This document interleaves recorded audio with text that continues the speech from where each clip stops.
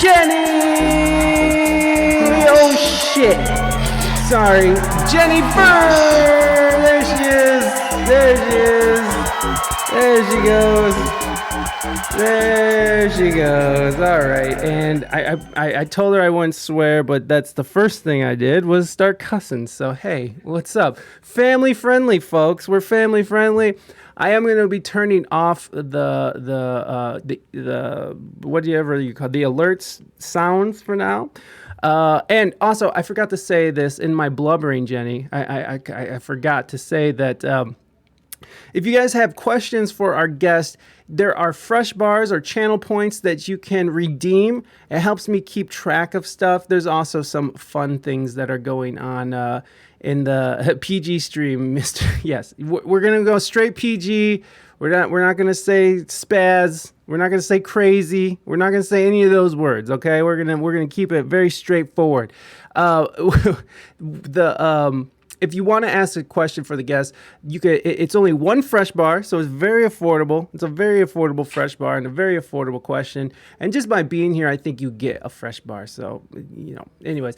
And also, we have a Would You Rather in there, which you guys, for our new friends in here, you probably get a Would You Rather enough you by the end, which is usually how it works out. It's a pretty good time to do Would You Rathers, because it is the filthy edition. So we'll get to know each other before we start asking weird, perverted questions. And Rosie Tozy, welcome in. Thank you so much for being here.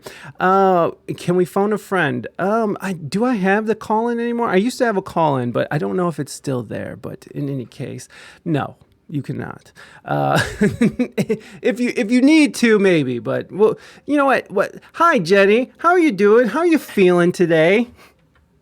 Well, I'm feeling pretty excited, humorous because you are funny. Thank you. No, I'm feeling excited, kind of nervous. Oh, good. But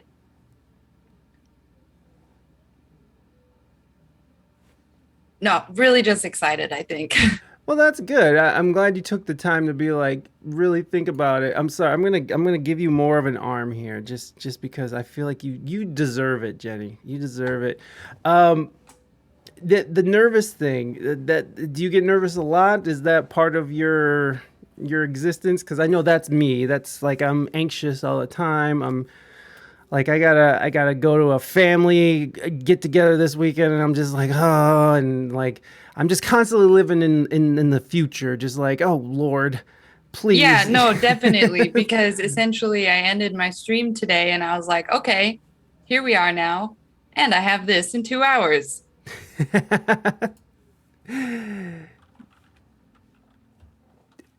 I feel like I should do something. So then I just tapped all the different apps on my phone for a while. And then I clicked them again. And then I clicked them again because I can't get distracted before 2 o'clock, even if there's 2 hours. I mean, 12 o'clock, even if there's 2 hours in between. Right. And so then it's just like and I don't even know if nervous is the right word, but like unsettled, I guess. It probably a word. Once we get in the once we get to the point of making up our own words, maybe I shouldn't watch chat. It feels like I'm on an airplane right now, and so my ears are like I don't. All the things are like happening right now, and it's kind of weird. But the nerves, I guess it's just kind of like, living in the future, making sure I get this right. Did I think of this? What all do I need to do beforehand? Oh, I should probably eat too, but nothing sounds good. What do I, and then just like, oh, well, don't let me forget. Just, so, and then of course, the act of the conversation with you, I think, but so, yeah. Yo, as much as like, I feel like tapping on the phone is like one of those, I know it's said to like increase these anxious behaviors and nervous behaviors and stuff, but I feel like it's also been a kind of a lifesaver in the fact that like sometimes out in public, I don't want to be looking at people in the eyes. Like I don't want eye contact. I don't want to be saying hello. Like I get weirded out when someone's walking my direction and they get closer and it's like, should I say hi to them? Am I making eye contact? I can't just stare at them for like, like 20 seconds before they get here. Like, do I just keep walking? Do I say hi? I know. I'll just stare at my phone and pretend like I'm very busy, messaging and talking to people and sharing my life experience with the world. And that will get me out of this terrible situation of making eye contact and saying hello to my neighbors. I don't know. Is that something that you feel like that you could relate to? I don't. It's weird because I feel like I'm almost like lying sometimes when I say I can identify with that. Eye contact makes me feel kind of uncomfortable. But when I stop, I'm like, okay, yes, no, last time I, was physically with someone trying to have a conversation and they're, trying to catch my gaze as I'm looking around, that I'm like, eye contact isn't good anymore. Now, granted, I know that there's the pandemic and that caused us to like not be around people. Right. However, it was within like kind of the first 6 months of the pandemic and then the months after and then continued on because we're here now, that I realized that when I did make eye contact with people and have conversations with people, I was kind of masking. And I was a professional at masking. I feel like when the pandemic hit and let me not have to think about or cringe about or strain my muscles about or just all of that energy, brain power, thought, what goes on behind you, all of those things, I feel like got a break. And then all of a sudden I was like the happiest person in the world, like to the point where I was like, could I potentially be having like a manic episode right now? Because like I've not felt this happy before. Wow. Is that, do you have those? Do you have manic episodes? Have you had those before? No. And honestly, I think I've been, misdiagnosed plenty of times. I was put on lithium at one point too. Oh, jeez. Yeah, I was misdiagnosed and put on Abilify, which was just horrendous. How was lithium for you? What was that like? Honestly, I don't even remember. The funniest part of all of the medication, like not to even talk about medications, but the funniest part about all the medications that I've taken, my current, I guess like antidepressant, because I'm on 4 different ones because I have a bag of diagnoses. Yeah. The antidepressant that I'm on now is an antidepressant that they gave me before I was 18. And I'm pretty sure it was my mom who explained, because I didn't totally remember, but I knew there was a medication that I didn't have a good reaction with. But apparently, like I was almost kind of foaming at the mouth, and we had to go to the ER when I took this when I was back in like high school. Whoa. And I think it was something about like you don't give this to people who are this young kind of thing. And so then when I've tried literally all of the other meds, and I'm like, she brings up this one, she's like, well, one of the only ones we haven't tried is this one. And I'm like, I feel like there's a reason for that. And so I went back and got my records from my old hospital, and it was that one, but it was like, well, if it was because you were too young, we could try it now. And I mean, I've been pretty fine. I've been fine now. So where did we start with that? Oh, just how. Oh, you said the lithium thing. So this wasn't really a response to the lithium, but rather a different medication. Like notable experiences. I haven't had to go to the hospital for any other medication. Wow. So, that's wow. Foaming at the mouth. That's, I've never heard of a medication doing that. Bad Sand Drops, welcome in the chat. Thank you for that first time chat. And hey, thanks for that follow earlier, if you weren't here earlier. No, the medication thing is so strange to me. I was so very much against it. I was against therapy for a long time.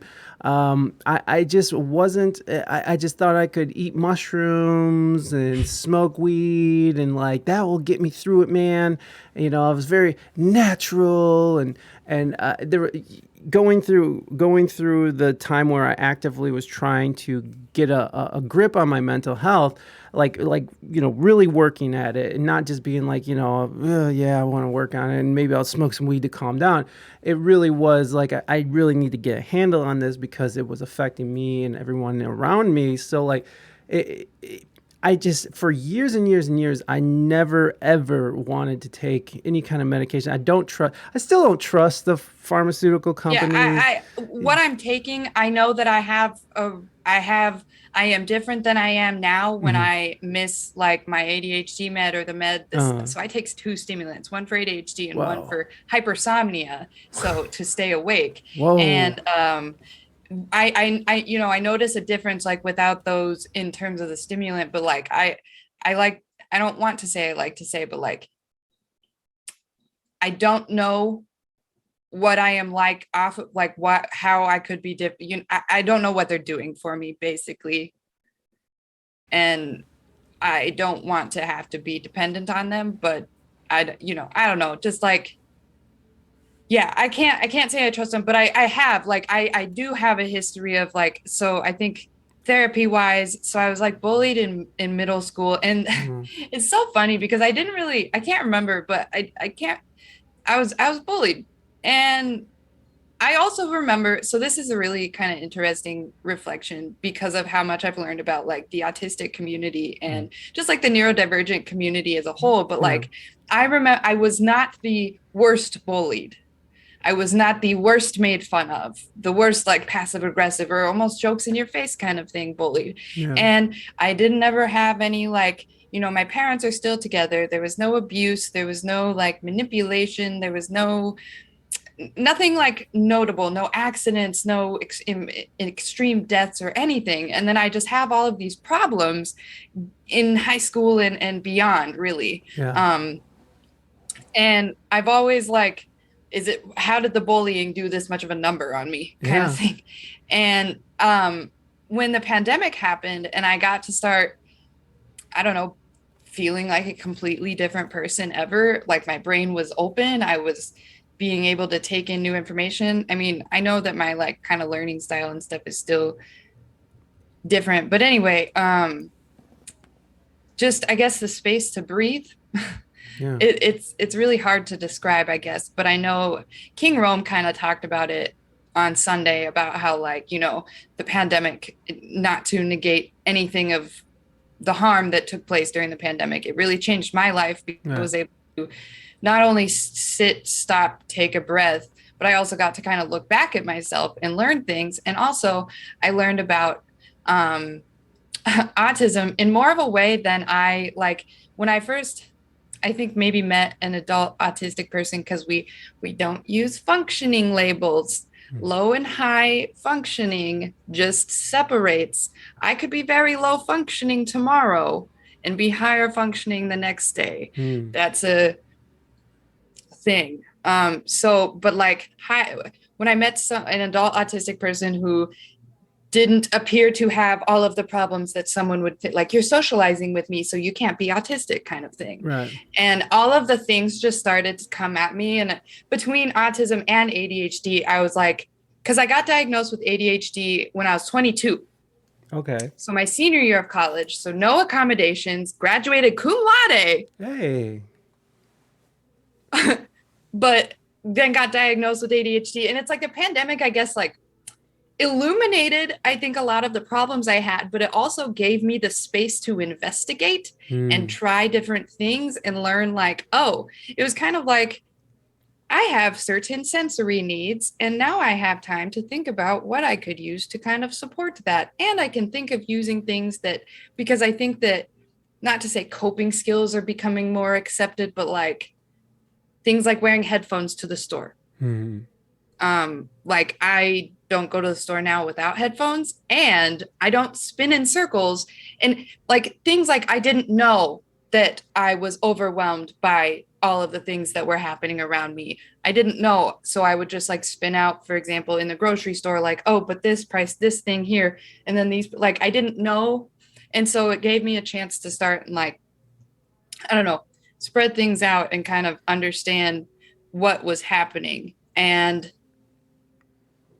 I'm trying to remember where we like started with this part. Oh no, it's totally fine. You naturally got us here, but was do you think that with age, without the pandemic, you would have just sort of went on with your normal spinning out and having troubles and not understanding what's going on and never getting time to or do you think with age we sort of start understanding more who we are and maybe eventually you would have figured it out?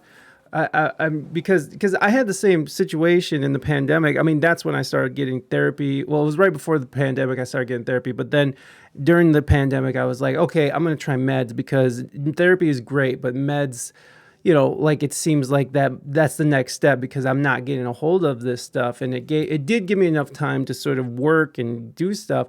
And I'm not sure if I would have figured that out without that downtime, without, taking myself out of this insane schedule that I had as a I think that musician. there's no way to eliminate the amount of pressure that comes from everyday society without Yeah. some sort of lockdown, Yeah. Yeah. because then it's always going to be in the back of your head otherwise. Yeah. Yeah. Yeah. I would tend to agree with that because But so drink. please. But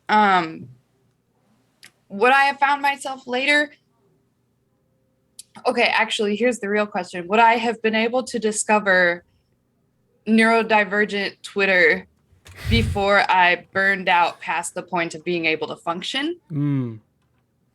Another thing I asked some around me, I was like, I feel like I'm more sensitive to the point where I discovered I could have these sensitivity things. So am I overreacting and now just thinking that I'm sensitive to everything? And someone, I can't remember who it was or what it was, but they said, no, I've found that a lot of, my peers or I myself, just different things, have gotten more sensitive with age. And that can come from continuing to live under stress of existence. Yeah. Yeah.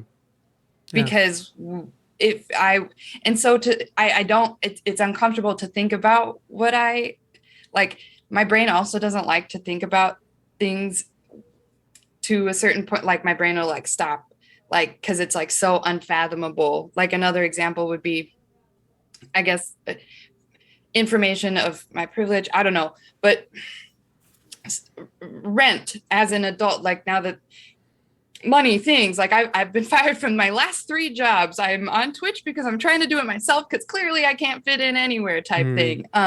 I dang ADHD thoughts. Yo, same thing here. Same thing here.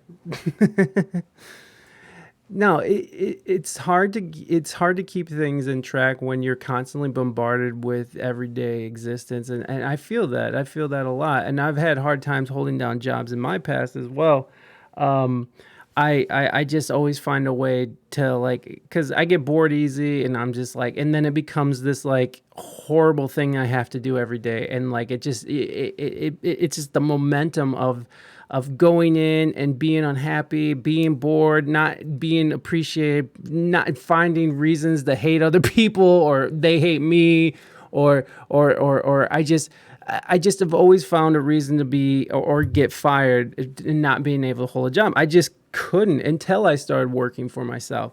Now that I'm medicated, I actually have a job now that I really actually like and I'm excelling at, I'm not, that's not my career. You know what I mean? Like that's not, I worked for myself for the last 7 years as a musician, and then the pandemic came and took my job. So I had to figure something else out. But yeah, I feel that so much. I'm ADHD. Like I was a kid, I was heavily medicated as a kid, and then that's probably why I didn't want to be medicated as an adult. But it all came back around, and now I got a clearer vision of what I have to do, what my responsibilities are. I can sort of keep things in order. But I really could feel for with that idea of like not having enough time to sort of sort things out for yourself. Things become Okay, overwhelming. I listening to you speak that just kind of brought me to where it was. And hi, Bridger. Bridger is so freaking like I found so many people on Twitch. Like for example, half of my playlist has been produced by Vilde or I call him Wild, but I was going to say Vilde Boussaber, Vilde Wild Boost. or Bridger, who took my dead end domain that I had purchased, but my website went down because I didn't want to pay to renew it and was like, I'll host it, I'll serve it, I'll remake what you have onto this. And now my website is up and running for something that would have been a Yeah. lot. Yeah. So shout out to Bridger, shout Thanks out for to my that follow, community. Bridger. I appreciate that. Um, so as you were speaking on that, it kind of led me. So kind of in a response, kind of answering question, kind of anyway.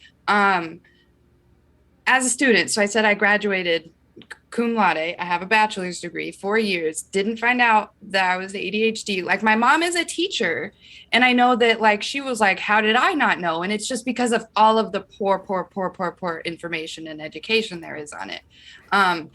But being able to get through school and then getting the ADHD diagnosis was kind of me, and then and I didn't really understand what it meant. I just knew, thank God, there's at least something that's kind of an excuse, but I didn't understand what fully encompassed it again until I found neurodiversity Twitter. Mm. But after graduating school, my work history is just trash. I've made tons of impact. And every job I lost, they loved me there. I made huge impact there. Mm. And then, and I don't think I have ever been written up. It was every time a policy violation that had immediate termination connected to it. Mm. Wow. So that to me, I guess, is impulse. Give me a minute, I guess.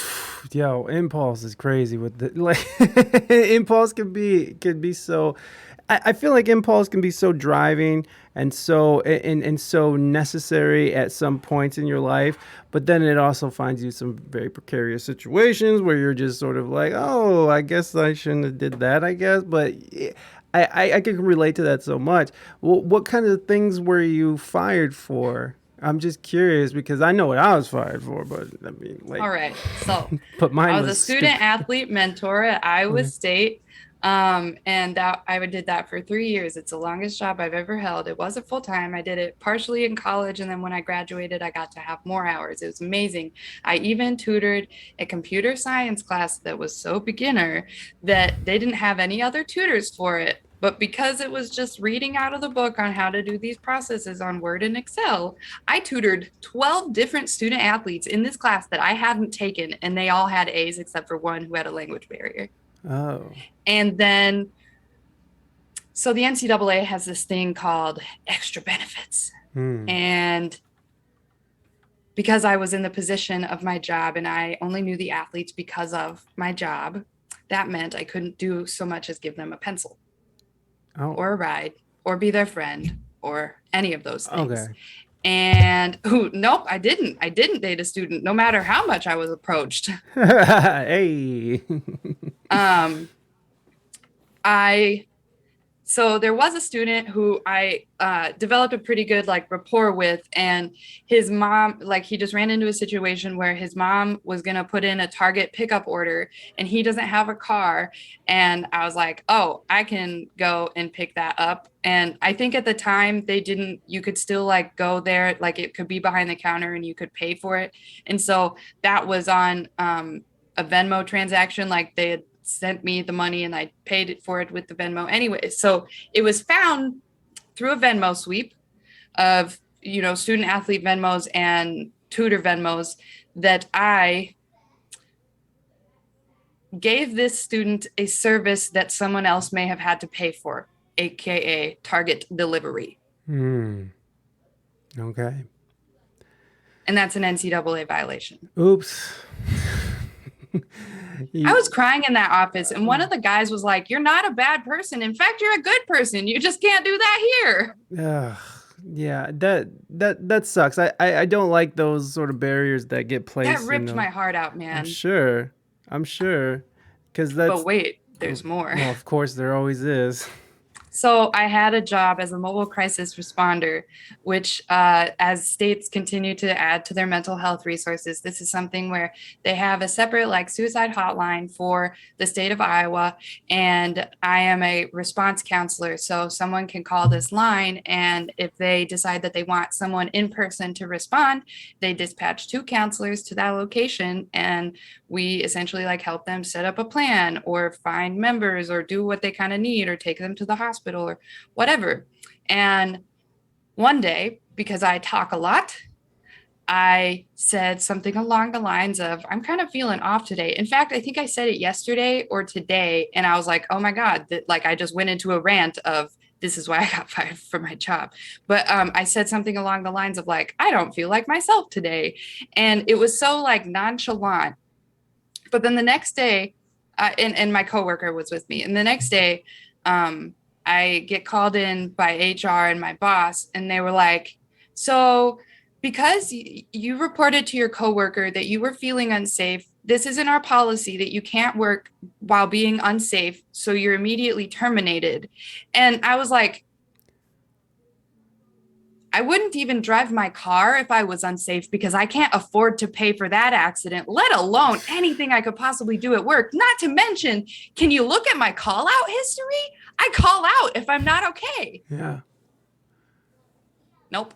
Terminated. Wow. That's But wild. that one, I made my case and I got unemployment from that. Yeah.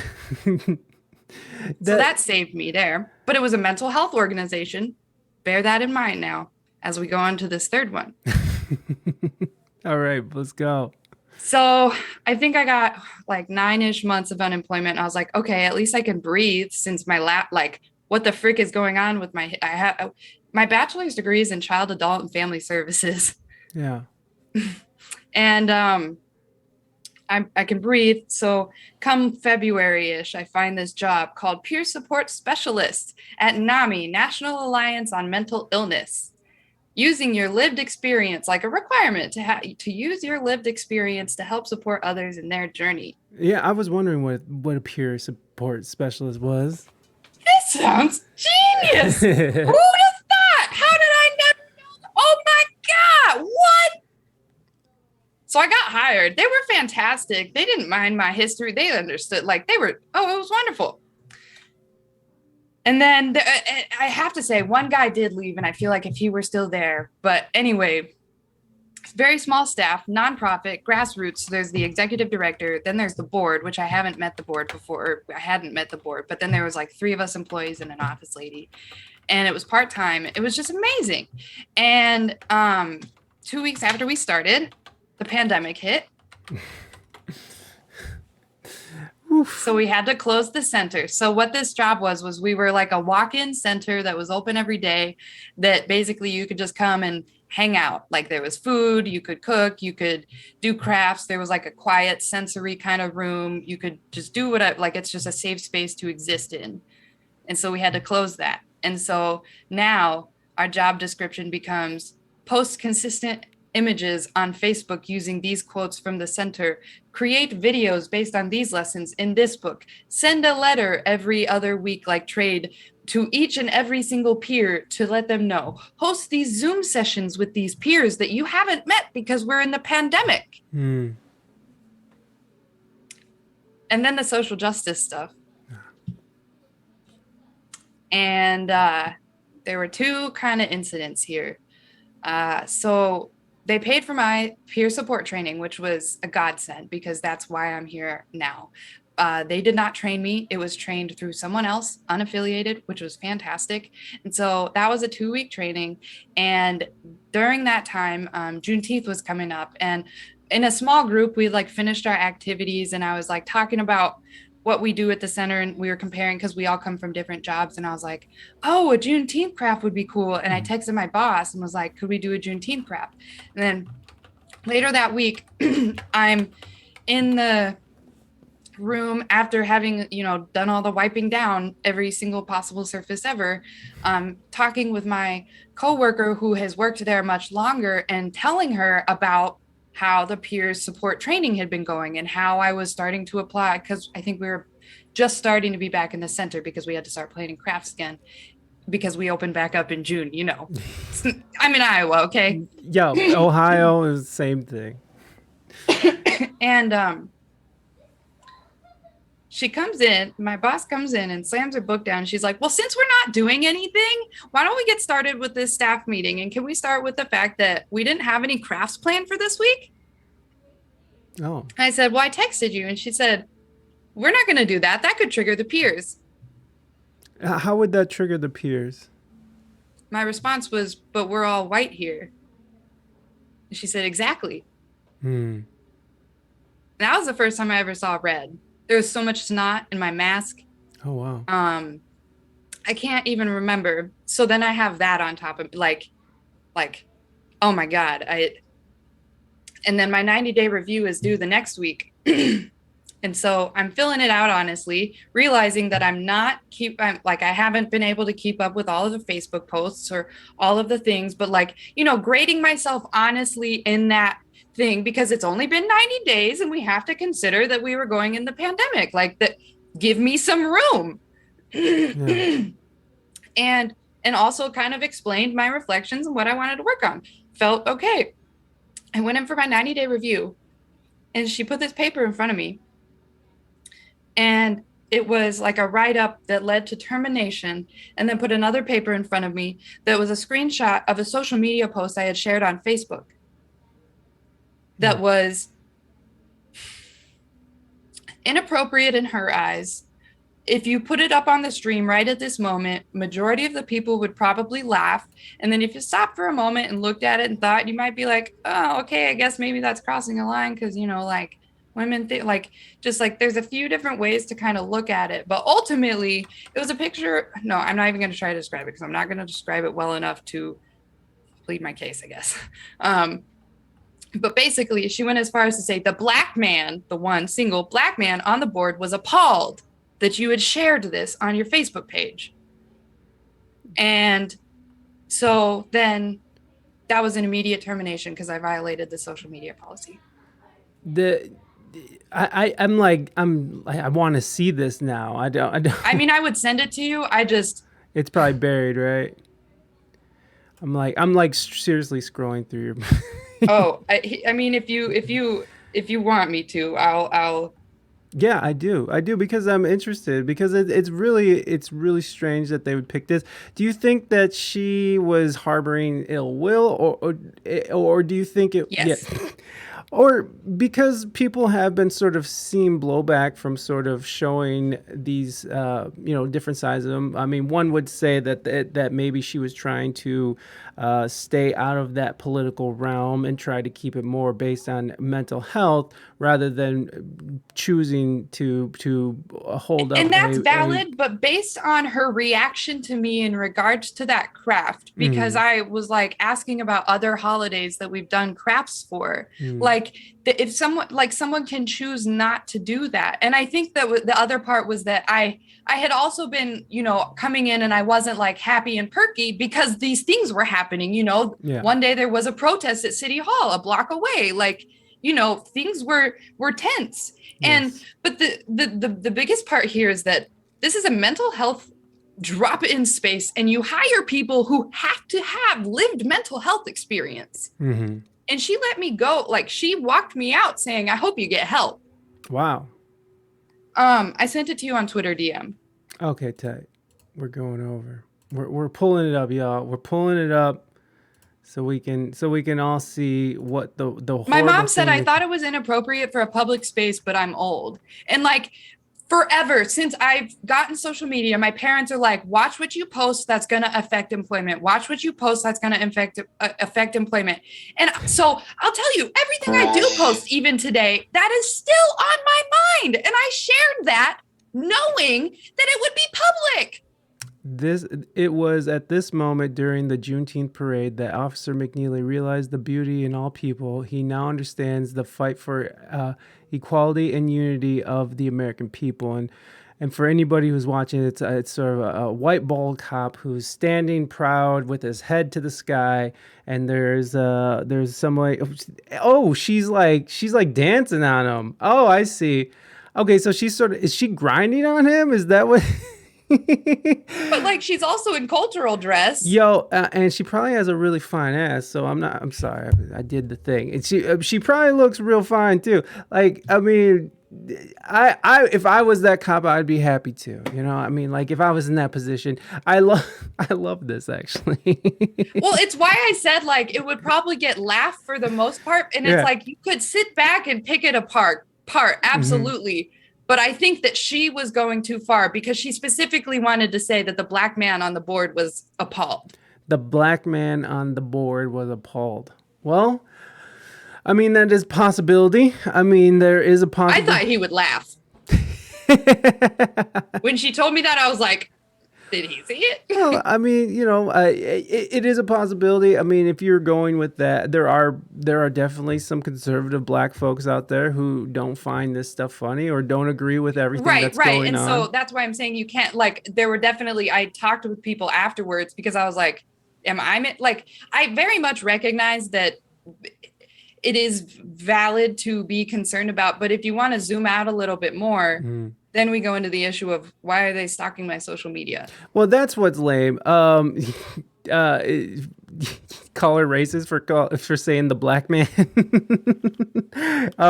No, well, yeah, that I mean, I guess But that's again, just part of. I didn't get it. Like that's why I said impulse. Yeah. Yeah, and I personally think this is funny. I think it's awesome. I have no problem with this. One of the most conservative people on my Facebook has a laughed react right there. Kristen Toohey says that's funny. That's funny. She's one of the most conservative friends I have. And it speaks to, you know, a lot of things that are going on at that time, right? It speaks to a lot of, you know, the issues between the cops and the black community. It speaks to, you know, just personal feelings of the another race. Everything was up in the air. So like it was definitely a pool of like a lot of not good, but no matter, I think the part that's been hard for me is that she I'm still sitting here like, this is a mental health organization that hires people with mental illness. And then I went back I went back because she didn't give me my 90-day review. She gave me that write-up, right? And I was like, oh, no, hold on. I saw you had my 90-day review filled out. So I went back the next day and asked for my 90-day review. And I recorded it. I put my phone in my pocket and I recorded her explaining it to me because I like that. I like the secret recording. Well, every single box on that 90-day review, she checked as unacceptable. I don't model recovery. I don't know what the organization is about. I can't keep up with this. So like everything that could be on a 90-day review was checked as unacceptable. Wow. Well, I mean, so it seems like that there was that she might have had some sort of vendetta out against you, and oh shoot, sorry, hold on, that was totally the wrong screen. But for someone to know that someone has this history of like, you know, not being able to keep these jobs and also is someone with lived mental illness that you are hiring, and to just like rip that out and be like, no, sorry, it's still not good enough. Like I get like Poetic Alien said, like can't write you up, can't talk to you, can't nothing. Right. It was just straight, you're gone. Yeah. No, that seems pretty extreme. She said, I hope you get help. Did you say the same back to her? I don't know what I said. Yeah, I know, right? In those moments, I don't know. Do you have those moments where you sort of almost separate from yourself, and then your body's just moving on autopilot, and you're just sort of watching yourself react? I have those moments. I don't know if you could relate to that. More recently, like not a ton. There's not been a lot of them because I feel like I've been, I don't want to say like sheltered, but I've been, I guess, just fairly lucky, kind of in different situations. And honestly, there very well could be mystery things that I still don't know about that I have. Right, that's gonna pop up here that as I you just get still older. don't know about. Yeah. So, but yes and no. It's really interesting to think back to kind of how I used to think, because now my brain is so much. I don't know why I say it's just so much different, but it just feels so much different now that I've like learned these things about myself, that I feel like I just think about the things that I went through just differently.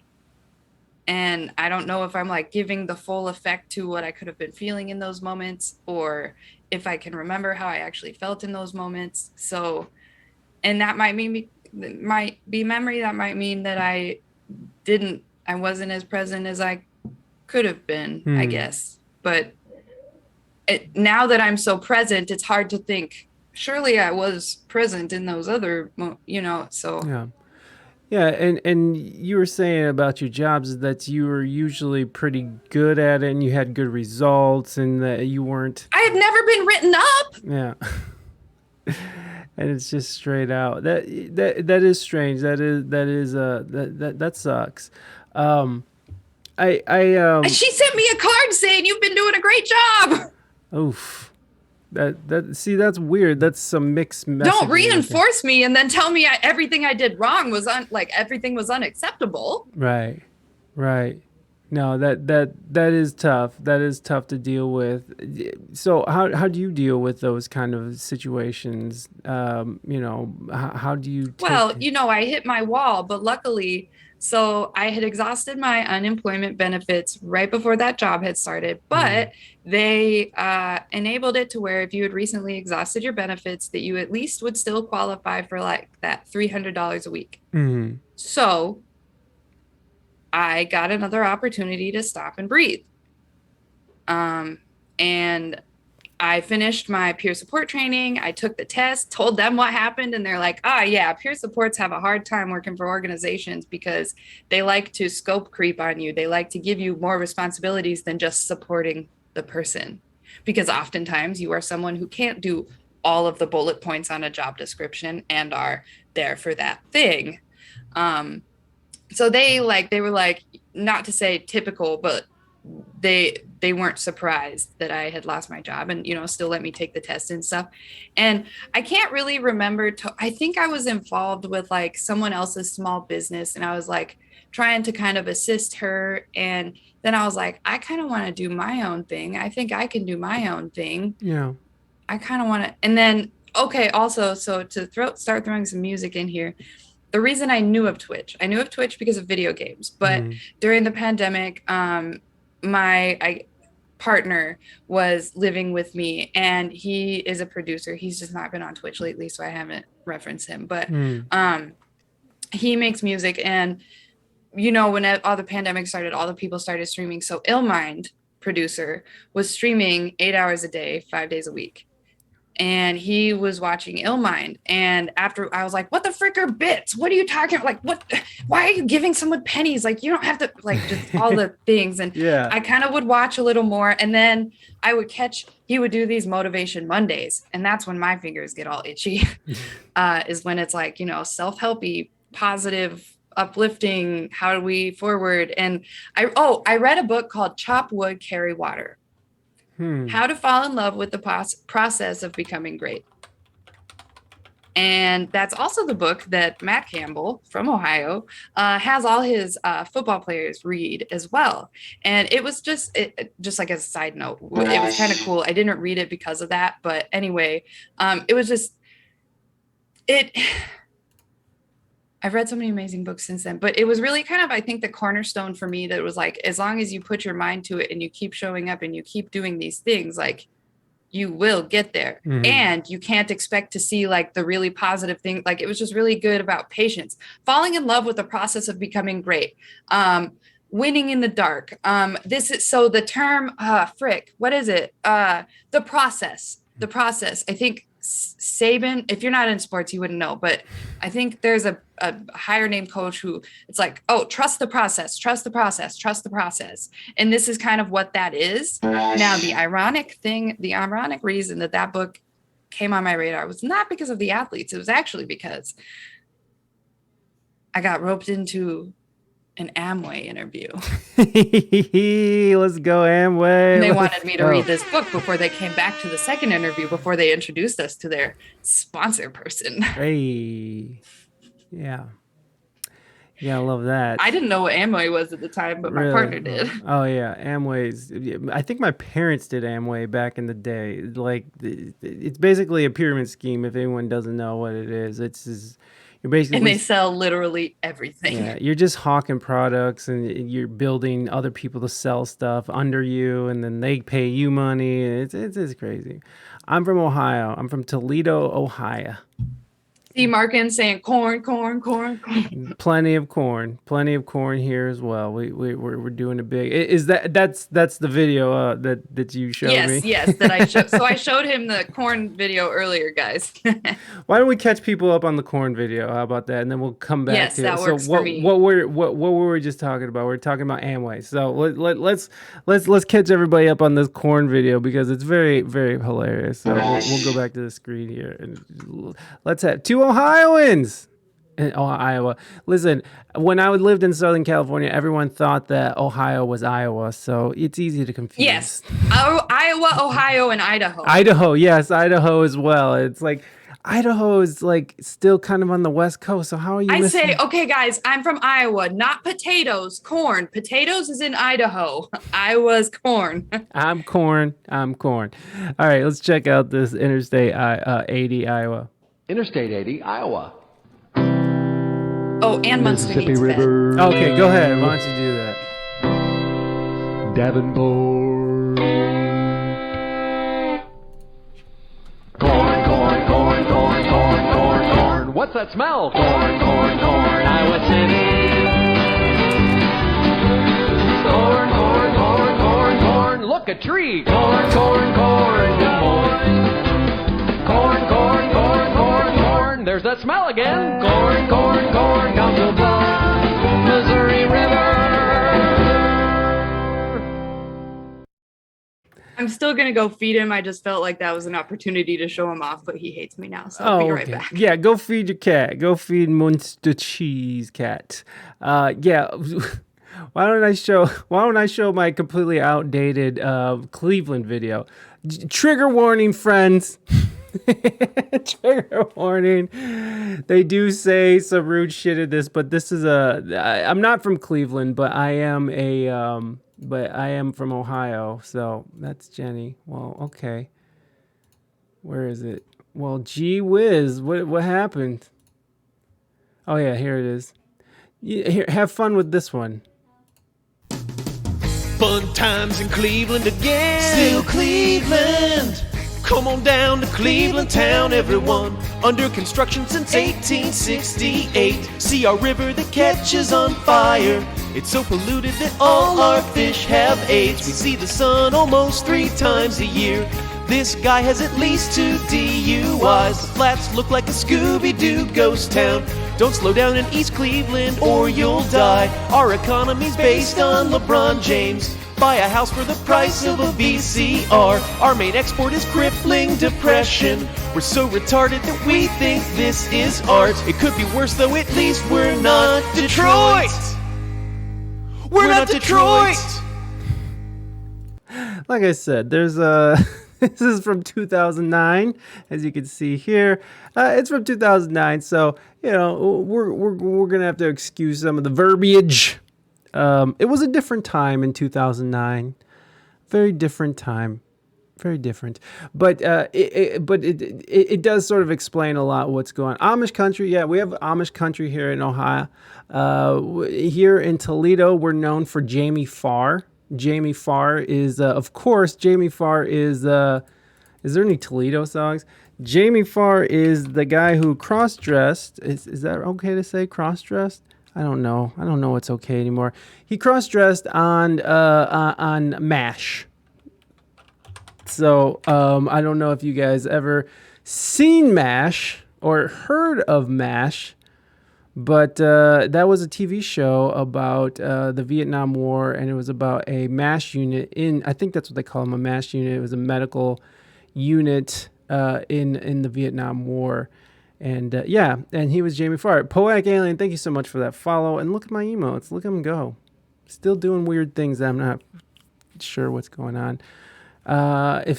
Suicide is painless. Yes, there you go. Does anyone from my stream remember what I confused a word with MASH? I thought they were talking about MASH, and I started talking about how that's my grandma's favorite show, and it wasn't MASH that they typed in the chat.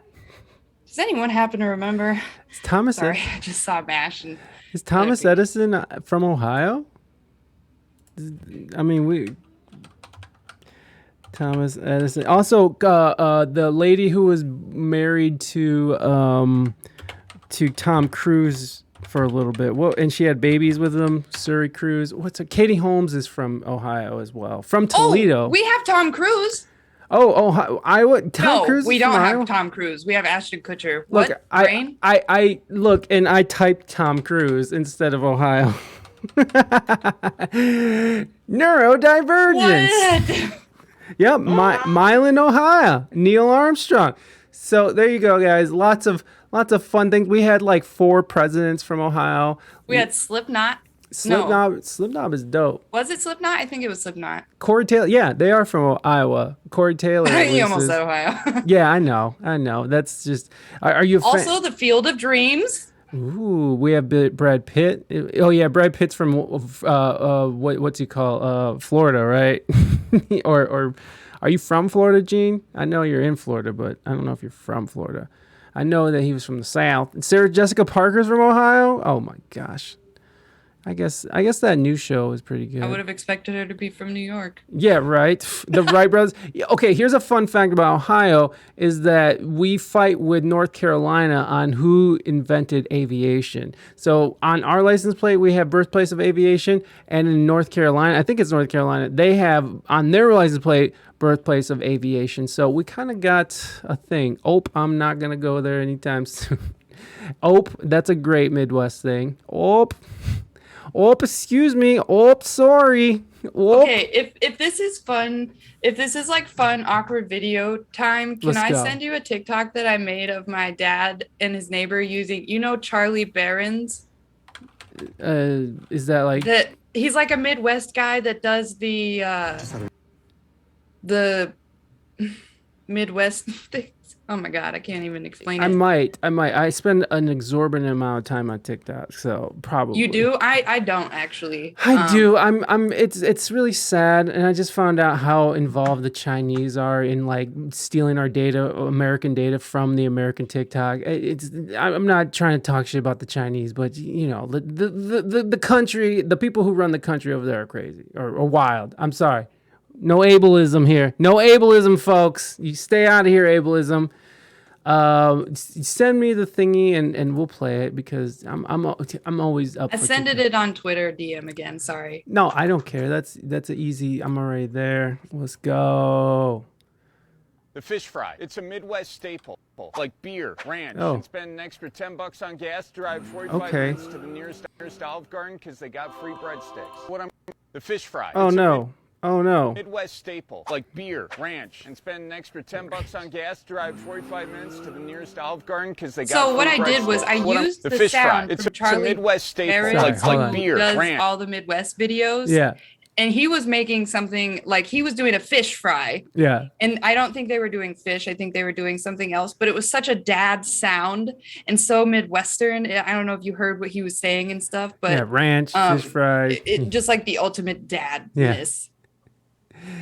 So I haven't seen this guy before, but I do. I mean, that's my dad. That's not Charlie. Oh, that's your dad right there, and he was doing all the things. Let's watch it again. Yeah, I think that when you clicked the thing you clicked, his name popped up when it showed like the comment side. Mm-hmm.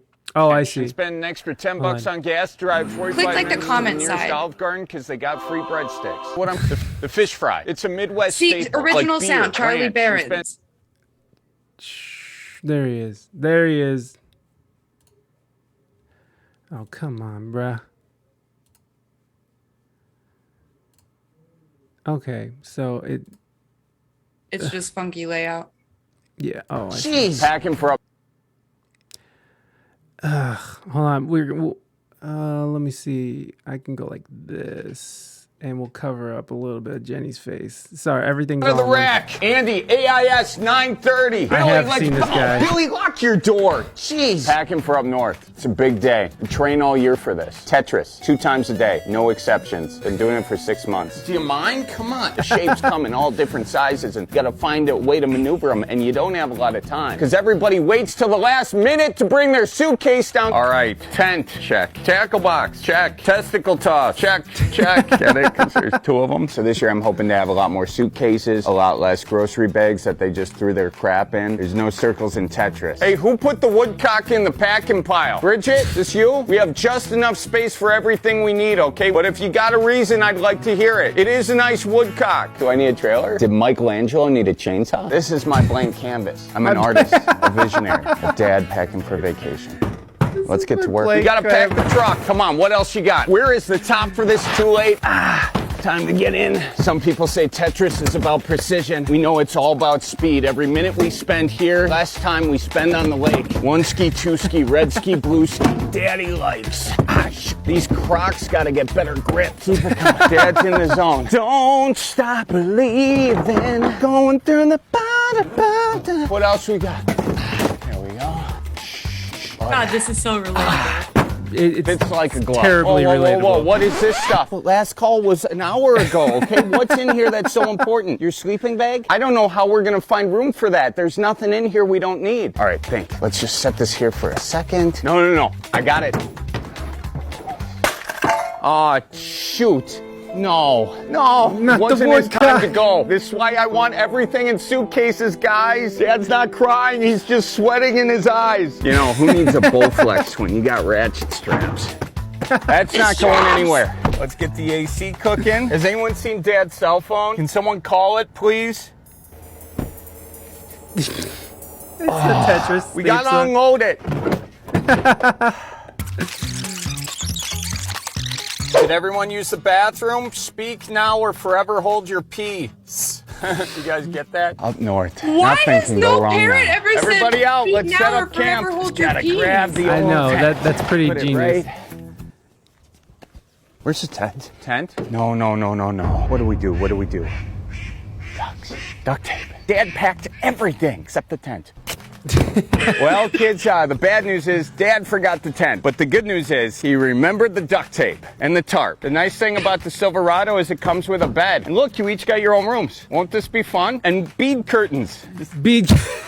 Ugh. You get the idea? Timothy, you're not walking home. Betsy out of the rack. Oh, did you come to see Grandpa? You want to learn how to install a drain saddle? Come on, it'll be fun. I show you. Now, where in the hell did I put my glasses? Every day's an Easter egg hunt. When I was your age, Milwaukee Bucks were the Milwaukee Fawns. Yellow. No, I can't today. I'm busy. Yellow. I got a singles meetup later. Yeah, your Uncle Leonard's funeral. When I was your age, aged cheddar was just called cheddar. All right, now make sure you call me if you need a ride. And if you don't have change, you can call me collect. But make sure you say the whole location so I don't have to accept the charges. When I was your age, you know what we called jet skiing? Standing on 2 skis after eating Grandma's bean burrito. So I got good news and I got bad news. The good news is I know where your inheritance is. The bad news is, well, actually, he's a prince. I don't see how that's bad news. Give Grandpa a hand, will ya? Oh, you got that strength. You got that from my side of the family. Oh my gosh, it smells good in here. You are such a good cook. You know, you got that from my side of the family. You ran out of gas? That you got from your grandma's side of the family. And you know, I used to sit right here and watch the cows. Now I watch the cars. That man is biking with tights. Unreal. So you get a 1/4 inch bit and son of a I mean, Jeepers cripes. Get Grandpa a beer, will ya? You want lunch? I got pickled herring and liverwurst on rye or pickled herring and liverwurst on wheat. Oh, never mind, I'm out of wheat. What do you mean you're not hungry? What? Yellow, orange. I mean, yellow. Who's this? My grandson who? Where do I yank? It's battery powered? Did what's his name make this? Elon Muskie? What do you mean it walks for me? Wow. To hell with it. This is better than the walker. Might go to the quick trip. I got fish in the freezer, all right? Take some home with you. These are from March. Pretty good yet. Seriously, take them home. If the DNR stops by them and deep sugar. We got onion, tomato, sweet corn, and eggplant. Richard, why is your kid laughing when I say eggplant? Addie, will you help me with this iPod your dad got me? Oh my gosh, it's a coaster that tells time. Now I seen everything. When your windshield hits the paintbrush, you stop. Grandpa, can you turn up the heat? I'm freezing in here. Oh my gosh, sure. we had a golf ball, not a Hey, you paintbrush. remember Mr. Anderson at that bait shop back on Main Street in '84? Used to play with his kids, pond hockey. His wife's family owned that shop back in Oconomowoc with the nice flowers set out front. Oh, what about him? He died. What's that? Are you thirsty? You want a pop? Says, give me the dew. That's for you.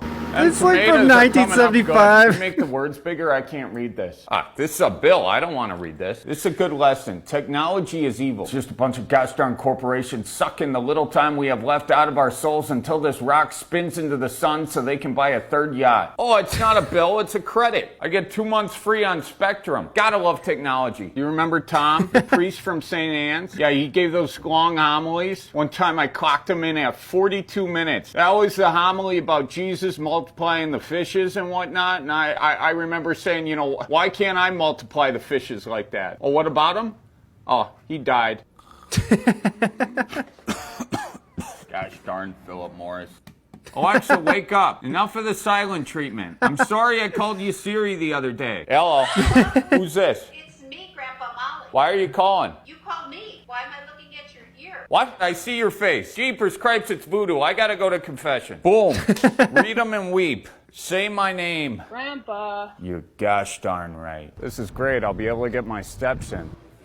Who in the hell is this guy? He's a what now? Well, he looks under the influence to me. Opie? What does opie mean? I don't get it. Excuse me. After you. Ope. Take my money, you son of a... Hello, Denise? I'm going to the Quick Trip. Oh, did you come to see Grandpa? Oh my gosh, yeah. So they've added longer videos. Yeah, right. That was. I just kept waiting for it to be done, and it was like 3 TikToks stitched together. Yeah, they just keep it going. That's TikTok. Yeah, TikTok is actually supposed to start doing 10-minute videos. So watch out. Even more of your time flushed down the toilet with TikTok. I just love it. I just love it. Yeah. So you know, there's a lot of social media. They're linking a lot of this mental health, the problems that we have these days to social media. Like with people, like we have more suicide rates now than ever, and some of that's probably because of the pandemic, and we have more drug overdoses now than ever. Mighty, welcome in, Mighty. You missed your thing earlier, Mighty, and we're not going to forget what we're talking about, folks, but I do have to do this for Mighty because... Oh, wait, we already did it. Never mind. You already got yours, Mighty. Anyways, good to see you, Mighty. But you know, with the, you know, we're seeing sort of a... I don't know if it's a direct correlation or not, but there with young people especially, we're seeing higher suicide rates, and especially young women.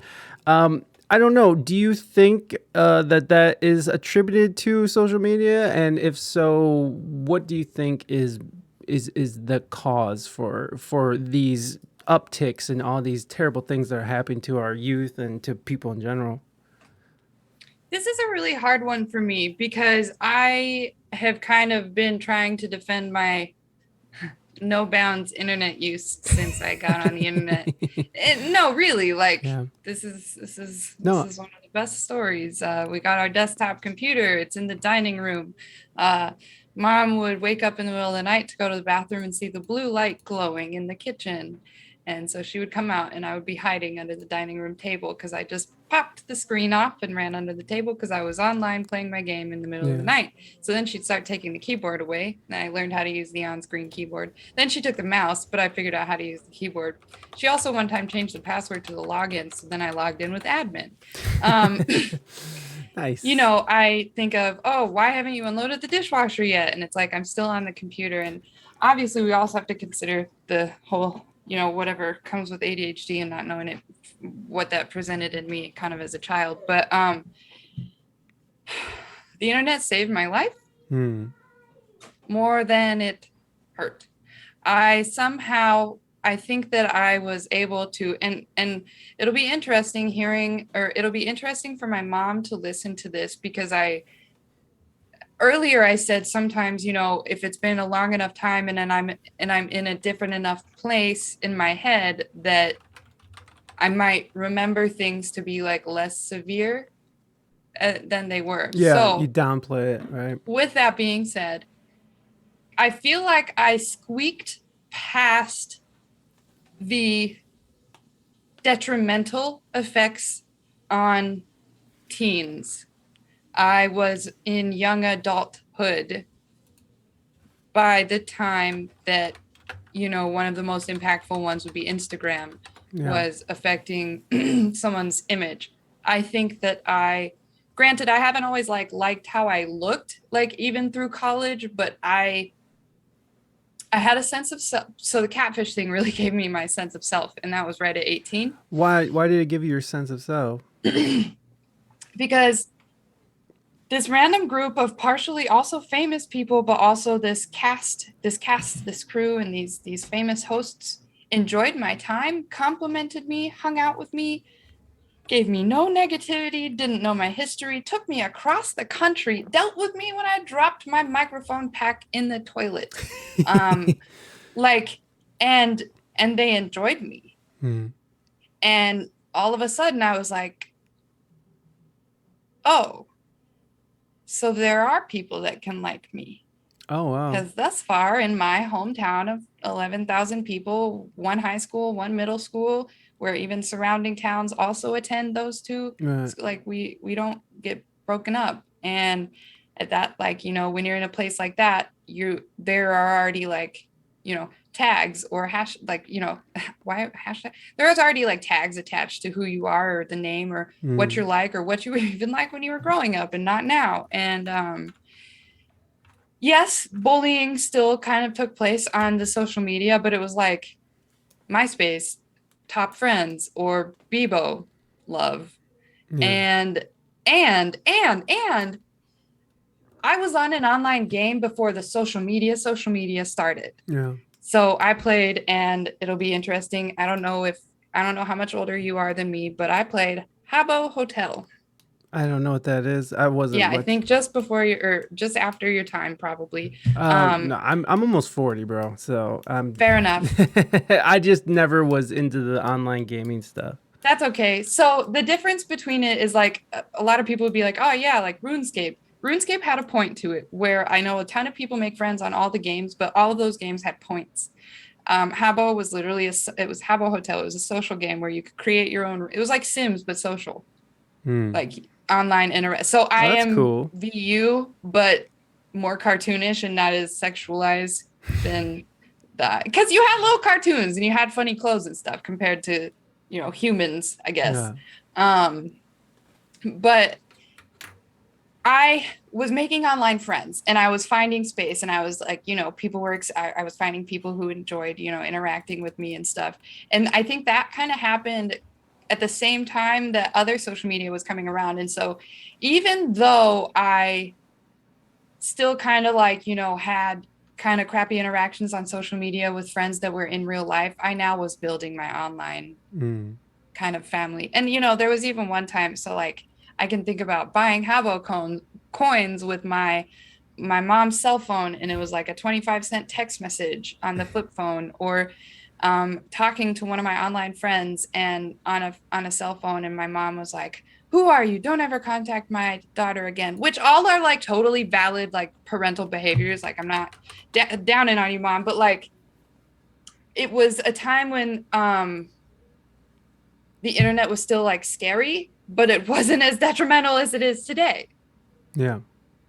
Because like it definitely was scary then, but there's a lot more negative now. I feel like people have learned that they can put their voices out there. Yeah.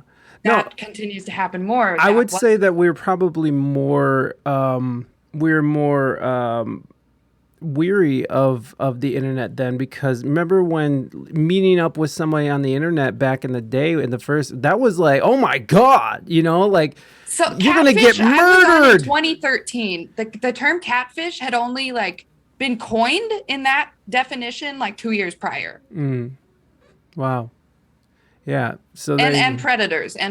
Right. And that's what we knew of it. And that was what they were sort of highlighting. And yes, online dating was still like weird. And, you know, like there was a time when it's like, oh my God. So wait. So for people that don't know what catfish is, especially people who are listening that might not know what catfish is, could you just explain the premise of the show and then tell us what your role was on the show when you were on it? So There was this guy, the host, his name is Neve. He met someone online who then he went with his friend and his brother, I think, and they took cameras and they were like, we're going to go meet this person. So, and they recorded that experience, which then was kind of compiled into this documentary called Catfish. And what happened was they met her and she wasn't who she said she was. She used these fake pictures, said these different fake things about her, but then had this really not like heartwarming, but like, you feel sympathy or empathy kind of story, like, oh, this is why you did this. Okay. Like they weren't my catfish. And so then I don't know, MTV was like, oh yeah, let's make this into a show. And they hit their, I think like 200th episode a couple weeks ago. And then Wow, season it's 10 still started going? a couple weeks ago. Oh my God. So they're still going hard. Wow. Mine was only after only the first season was out and I was 18. Like I didn't know what I didn't know what the show was when the person I had been talking to online, again, like no picture exchange, kind of like Skype. I had Skyped a lot of like my online friends, but this one was just one I hadn't forced it or cut him off yet for. I was like, hey, do you want to meet?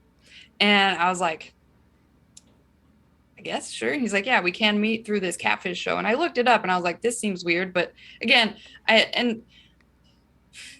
it also really happened fast. Like, I think it was less than a month because we had our kitchen scheduled to be remodeled. And so on the show, the first day they come to my house, you see a refrigerator. And the second day they come, you do not see a refrigerator. That's how fast it happened. Like we couldn't rearrange that. And like, I had to come to my parents and be like, so, this show about meeting online friends and MTV is wanting to come here and film. But they're on my episode. I don't know if you've seen it. Dear parents are. I haven't. No. Where can you find the old episodes? So the reveal is on YouTube, but that doesn't give me enough credit that I want because it doesn't share my backstory. It really gives the spotlight to the sociopath, the catfish me. And I don't use that term lightly. So he catfished you. Correct. So Okay. The show is a little bit weird. They didn't come out until a couple years later. That the reason why they make it look like the person getting catfished applies and says, hey, help me meet this person. I don't know who they are. I want to, take the relationship to the next level or this or that or the other thing. Can you help me meet them? Like they have a thing that's like, you can apply to be on the show or whatever. But at the time I didn't know that. Yeah. And I didn't even think it was real. Like I thought it was his friends calling me. And then when I got on the Skype with one of the producers, I looked him up on IMDb and I'm like, oh, they're real. And so then I was like, I'll keep telling my story because I'm an 18-year-old girl in Iowa who was playing Habbo. They're not going to pick my story. And then they're like, so we were thinking these dates that we would come and check out and see if we can. And that's like kind of how fast it went. Wow. And so I wanted to meet this person that I had met on this game. I didn't know who they were. He had sent me 2 pictures. The crappiest part, again, is that he asked me to meet before I had, gotten to my point of being like, I suspect that you are fake, I guess. Like I didn't need immediate verification at that time because it was, just kind of hard to exchange. And it made me look really naive because it's like, oh, he only sent you 2 pictures. Oh, he's in school for computer science and he doesn't know how to Skype because that was his excuse or whatever.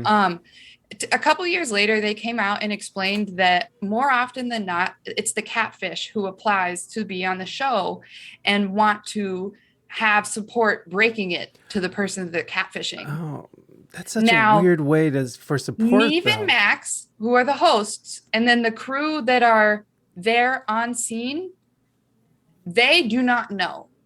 It is the higher up MTV producers that choose the story that they want to go with and then put that down through because like they had me go to a psychiatrist to go through like a psychological testing, psychologist for psychological testing to make sure, I was safe to be around the hosts and stuff. Right. And so like, it was really, and the funniest thing was my classmates, they thought I was lying for attention. Oh, of course they did. But then when MTV was on my block. And it wasn't until the last time I watched my episode, so this is 9 years later now, that I noticed, and Mom, I don't know if you noticed them when it first happened, but this is the first time watching it that I noticed how many different neighbors I could see on the porch across from the scene. And I was so angry. They're gawking. I knew they were there. Like my parents and my neighbors were like, oh yeah, they're out there hovering. Like, but I had never actually seen it. That made me really angry because I was like, they probably pointed themselves out when it came out. There I am. They thought I was lying. Turds. How can I find this? I want to see this. Sorry. Yeah. So Hulu. Oh, you gotta watch it on Hulu. Okay. Unfortunately, I mean, you can maybe. Mom's like, yes.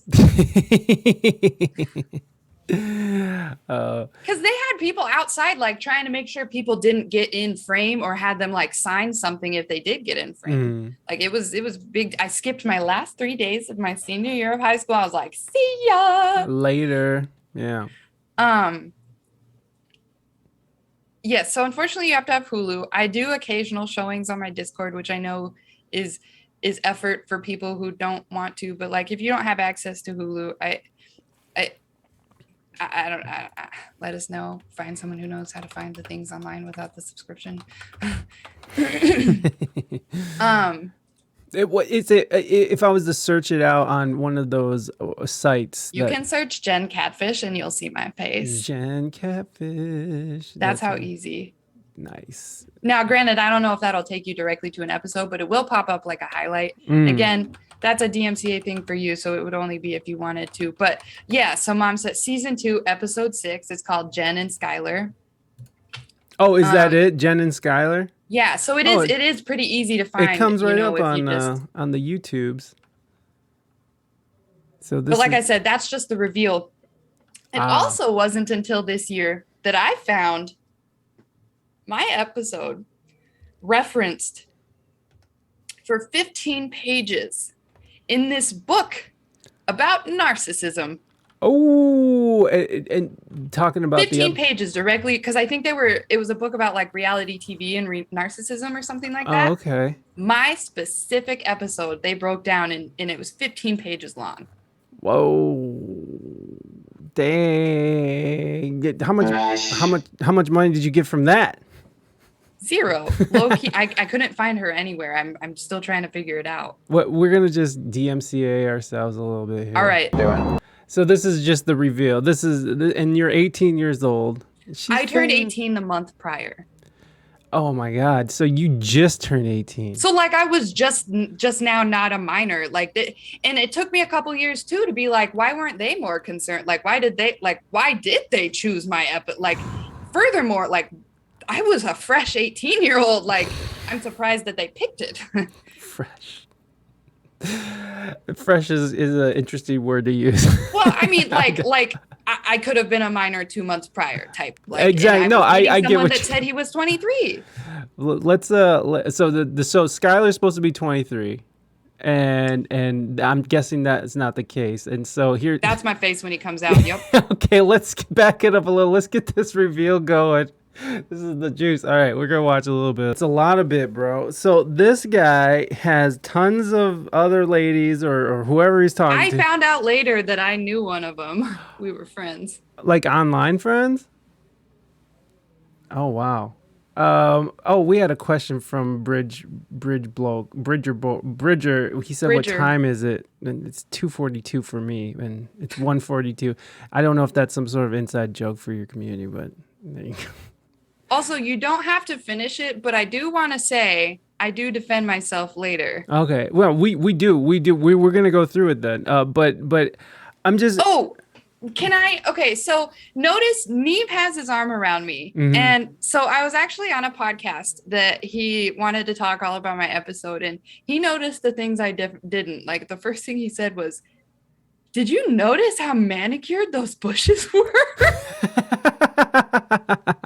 I was like, I've never been asked this question before. I didn't even notice that, but what he noticed was he was like, seemed like they liked you, like they were, and not to say like they had their hands all over me, but they were very like protective of me. Yeah. And so when I say that like it and I don't want to say it's like I got validation from these external sources or something, but like it was just very much like after all said and done, very empowering, I think, because it was like, I just did this. I just went across the country, had this thing, stood up for myself, came out with these awesome friends. Like,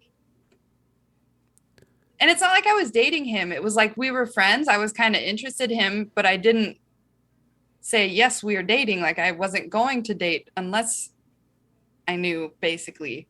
So yeah, I was just going to say that like a lot of how they supported me, I think, is what made such a difference. Yeah. Yeah, for sure. I mean, I could see that too, you know, being somebody from a small town and you're never really going anywhere and, you know, never at this point. Like these people like me still? Yeah. And you said you were bullied in school, right? What were you bullied for? Well, this was where I kind of got off track earlier talking about the neurodivergence. I think ultimately I was just weird and I wasn't. And so I was saying, like, I wasn't extra weird. There were people who were weirder than me. Yeah. But I think I was, there was one thing I saw recently that was like, it's an autistic thing to more or less like mimic someone, or what happens when someone is your special interest rather than something. Yeah. And I was like, that made me reflect, because I was like, okay, maybe like, I feel like I did kind of like take on whatever other people's interests and things were at the time, trying to just like fit in. And so not even like probably definitely bullying, but going further, not even so much bullied for my neurodivergence, but being neurodivergent made me also feel left out and misunderstood and unheard. And, you know, I talk too much. I'm too clingy. I'm too open and honest. I'm too all of these different things. Yeah. Yeah. That makes sense now, I guess. Right. Yeah. Well, time, right? So it's like not even to even be mad at like the people that were around me. Like, yeah, they were kind of crappy, but like we can be better educated, I think. Yeah, definitely. I mean, and you got to think back then, even, I mean, there's just been such a stigma on mental health for so many years. And it only recently has it really become something that people were able to talk about, that openly talk about. And when I was in school, I mean, all they wanted to do is just pump me full of Ritalin. They were just like, give him more Ritalin. Just shut him up. Shut him up. You know. So to go back to your question about the internet, like being safer or not safer, this is why I'm never going to want the internet to go away, is because it's giving people voices that never would have had a voice otherwise. For sure. This is why we're becoming more aware, because people are sharing, and it's more than that one story. It's now 2 people, maybe 3 people, maybe even more. And now it's like thousands, hundreds of thousands of people are like, you know, sharing their experiences, and we're all realizing that like we're not alone in what, like skin picking. I don't know if you've noticed that I have, you know, scars and things all over my skin. That's called dermatillomania. Wow. It's a body focused repetitive behavior that they put me on Klonopin for in high school because they thought I was trying to self-harm, but it wasn't until 2013 where it was added to the DSM-5 as a body focused repetitive behavior. Wow. No, I think I have that too. I will just pick a scab. If I get a mosquito bite, I'll just pick it, and then I'll just keep picking it, and it'll bleed, and I'll pick it again, and then like, I have a little bit of scars, but not to that extent. So I mean, you know, so that was a lot of it too. I mean, like I definitely was self-conscious about like and my weight. Like I almost got up to I was in the 290s at one point in the past 15 years of my life, I guess. I was 320 in high school, and so I definitely know that. But I was lucky enough to be able to find humor in it and not be able. I was able to turn the bullying around, and I was a big dude, so people weren't really trying to bully me. You all right? It was like an invisible bug. They're everywhere. I constantly am itching. I'm just an itcher. I itch constantly. My wife is like, "Why are you itch so much?" And I move around a lot. I'm just scanning is a thing for like the body focused repetitive behavior, is scanning to find the imperfections. So now you have something to mess with. Oh, I got plenty of imperfections that I'm just like, ugh. But you know, it's like literally a bump that nobody sees, but since I feel it while doing it, now I No, it's wild. No, I was able to find sort of a sense of humor, and I was able to sort of fit in, even though I was a big dude. I was, I was able to fit in. I was able to make friends and through my sense of humor and being able to self-deprecate. And be able to take I was able to turn things on people too, because I also could be super cruel and awful. So, like, I was able to tear people down. I didn't drink until I got to college. Now, when I got to college, I drank a lot, but Yay, let's go. I didn't drink until I got to college. So that's another thing that I was not a part of with a lot of my, gotta go out, the barn, and then the parents who will allow the kids to have alcohol as long as the kids don't leave the property. Right. Oh, just go out in the barn. I never got invited to those. Oh, I used to go around crashing those with my friends. We would just go crash in, and we'd bring our own. Have friends to crash it with. Oh, I'm sorry. Yeah, and but it's fine because I was online playing Habbo. I was content. Right, and that's what the internet is for. Lonely people, right? It's for people who have a hard time relating. Like even on Twitch is such an interesting platform because even though because I'm very antisocial at times, and even though it's Twitch, I've gotten so antisocial, I'm antisocial on Twitch where I'm just lurking on Twitch because I just don't even want to interact. But it does leave this open space for people to come in, have a conversation, really connect with people, because there's people I connect with that I've never met. Some people I've never seen their face before. You know what I mean? I'm very connected in this world, and I love these people. I care about what's happening. I want to know updates on their lives and stuff. So the internet is definitely a wonderful place for that. But it is also there is sort of this other side of it where I'm not sure what exactly it was. And I know when we pulled it, when I talked about it, I think it was Real Venom may have commented on it, is where there's so much bullying that people are sort of taking it so personal, and it's so hard for them to deal with, that was it aliens? You're just going off. Okay. But it is hard for some people to handle bullying online, and I mean, people can be so cruel because there's nobody there, because most people aren't going to say these things. My internet use is not clean by any means. And again, I know Mom can probably, nod her head to this. And it wasn't until maybe the last 1.5, 2-ish, definitely not during the 2020 era, and prior, Facebook arguments out the butt. Longest paragraphs ever, correcting people's grammar, telling them right from wrong. Everything I see, I have to respond to. All of it, every single thing, because they need to know. And I'm not wrong. Well, consider not posting on everything. Well, it's not like I'm wrong. Well, just consider just not Yeah. And so, I had, the pandemic was cool. The feeling words, which are the core of my stream, I was nodding my head so furiously when you were talking about just the space. That's why I'm on Twitch. When I was going back to Illmind and stuff, when I saw the community building and when I saw that people were supporting each other while talking about these Motivation Monday things, I was like, I can do this. And so I got on Twitch, and it was something, the discussion in his chat one day was about breakfast. Everyone forgets breakfast. Everyone gets distracted or forgets or whatever. And I was like, we're going to do breakfast. Would it be weird if I streamed in the morning? And the point was for us to go get breakfast so that we don't not eat breakfast. And then I had taken my peer support training, and that's when the feeling words were introduced. So I came in with this whole big white PDF of my list of feeling words from my training, and myself and a picture of my cat, and called it Breakfast and Feelings Check-In, because I wanted to just be a space for the people who, like me, needed it. And this space just has more structure than what I was diving into when I was younger. Yeah. More intention about things.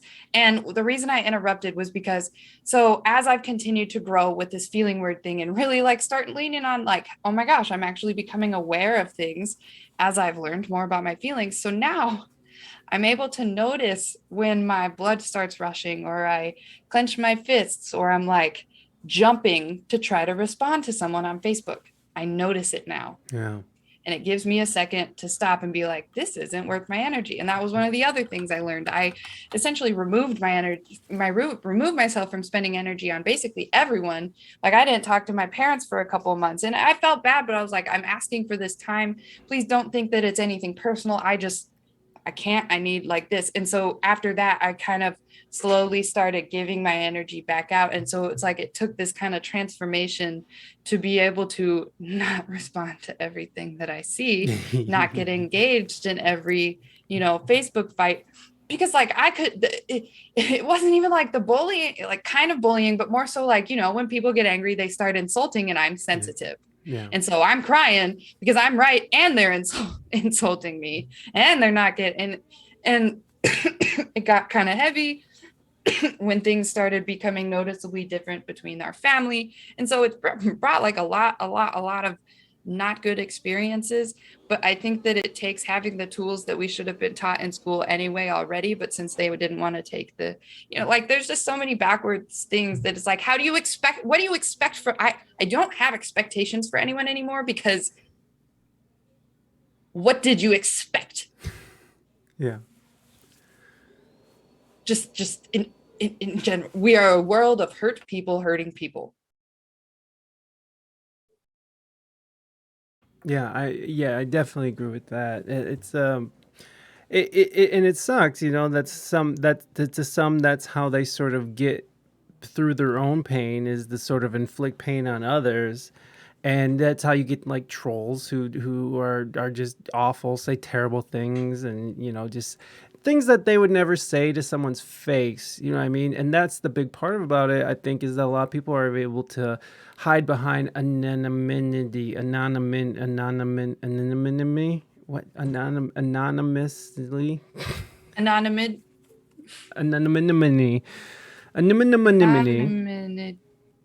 Anonymity. I can never say that freaking word. Can someone spell it, please? Well, I can see the spelling in my head. I just don't know how to pronounce it. Right. I think if but to sound it out syllable. I guess, yeah. Not anonymous. Not anonymous. Anonymity. Anonymity. Anonymity. Anonymity. Can someone clip this? Oh my God. There you go. Two ADHDers trying to figure it out. Let's go. Anonymous. No, not anonymous. Anonym. We can't finish the word, but it's not anonymously. Right. Well, in any case, y'all know what we're talking about. Damn it. So the Muppet Show. We're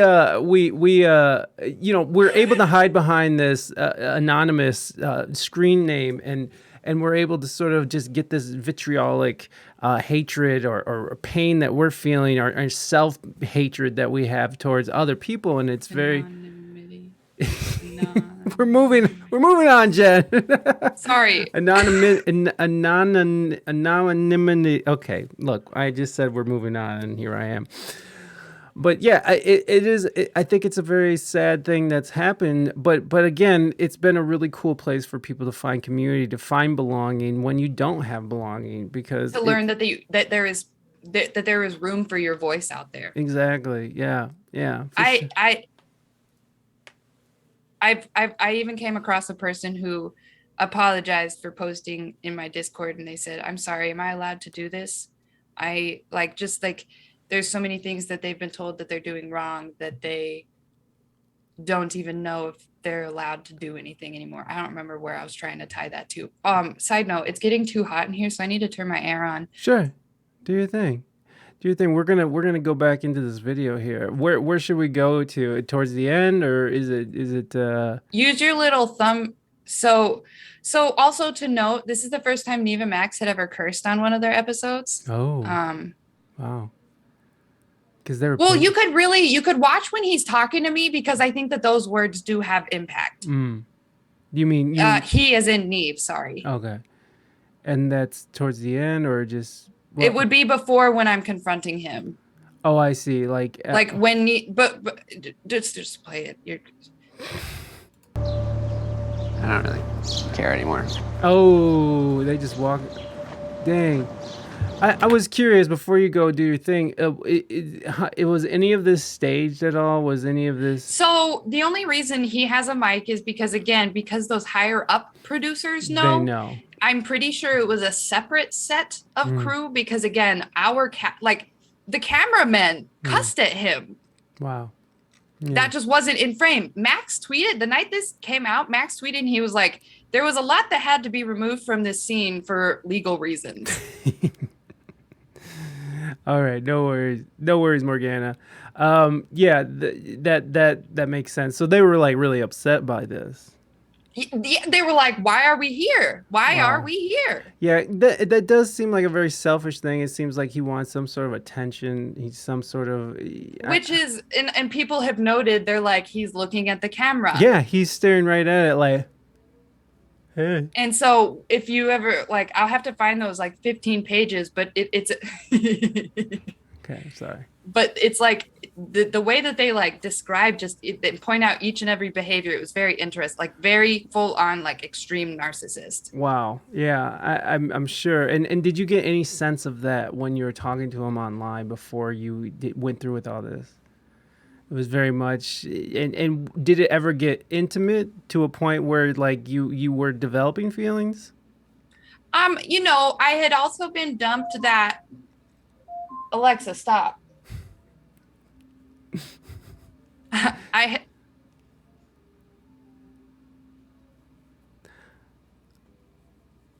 Alexa, stop. I'll take care of that later. Sure. Do you want to turn on your air conditioning? I'm so sorry. I know you want to do that. Your robots, they're out to get us. She's gonna turn on her thing, and we're gonna talk about. Sorry,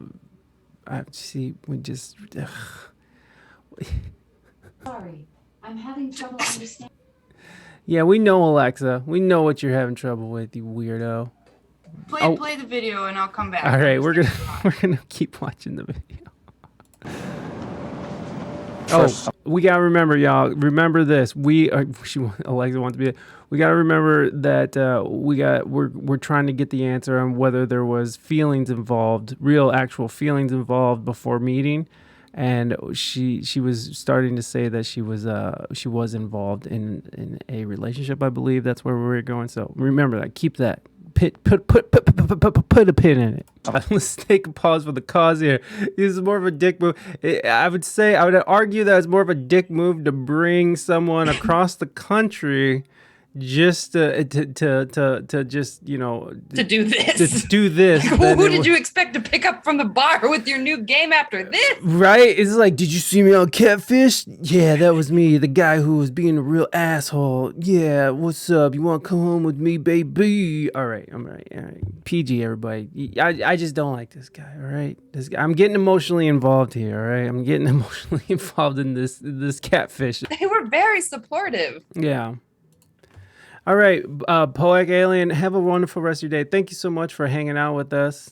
We appreciate your presence here. You're always welcome back. Yeah, no, it's pretty. You don't really have to finish it off too much now. I mean, yeah, okay. Well, in any case, so was this traumatizing for you? So unless it somehow comes up for me later, I think that I was more desperate for the support that they offered me than I was for specifically this person even going into it. Because remember, it happened so fast that I was like I didn't get myself involved in this. Yeah. Like I didn't apply to meet him. So I was, and it was hard like the first couple nights because I'm like, what the frick just happened? But like, just kind of going forth, like it has impacted my life in so many more positive ways than it has ever let me feel negative. Like just never felt too negatively. And I think it's because he was as bad as he was. And I was being given proof these like past 3 days prior of how awesome I was. And so it's weird. And sometimes I feel weird saying that I don't know if it was like a kind of traumatizing, impactful moment, because who could watch that and think that it wasn't? Yeah. But I think that where I was in that moment, I just needed people and acceptance more than anything else. And the fact that I was on a TV show, I think, played a lot into it then coming home, because there was a lot of love. Yeah. There were people who, when it came out, there was a garage. We were in my neighbor's garage. There was a ton of people there, people who I was friends with, people who I was friends with and aren't friends with anymore. Like just a lot of different people. And, it's like, oh, this puts our town on the map. So now Jenny Hubbs is the girl who was on Catfish from Fort Madison, not the annoying, clingy Jenny Hubbs that was, so Yeah. It's kind of interesting in that way, but it's really like the core thing that, yeah. Okay. Sorry. I remember my brain came back and was like, wait, you never said anything about the stage thing. But again, no, they didn't coach me on what to say or anything like that. Like that was all fresh and real. Sometimes I was like, I don't understand what you're asking me to say. And they would kind of like explain, but I think that was just because, it was things like, okay, well, we're going to call him now. So this is like what we're going to be doing. And I'm like, just because, and it's kind of similar to like going into an interview or a panel and not having questions in front of me to know or be prepared. Like I'm just anxious and awkward and brain computing and things. Yeah. So maybe they coach people more in other episodes, but I was very much, I feel like myself on it. Yeah. Now you were kind of going into how were you developing feelings with Skylar, and then you start talking about you're coming off another relationship possibly? Yeah. So I actually did have a couple of boyfriends in real life. So it's not to say that I was the most lonerous, like I said, because I was a band geek. So the band What'd you band play? place was my safe place. Trumpet, French horn, and mellophone. Let's go. Brass. We like the brass. I like brass. I hope my son grows up and That's plays why trumpet. Wild gets me. It's when he uses the horns. I'm like, frick yeah! And that's me in high school with a mellophone. Yeah, that's dope. Oh, that's. I love brass. No, I love Miles Davis. So he's like one of my favorite musicians ever. But yeah. But yeah, so this was a boyfriend in real life who was going off to college, and so he was like a year older than me. I had met him in band and stuff, and I was just like, oh no, the one kind of person that I had here is now gone again. So let me get back on the internet and keep, freshening up these relationships that I have here. Kind of, oh, keep this your game person strong. is talking to me. Yeah. This person's giving me attention and making me feel good at this time. I never expected to meet him on the other side of things.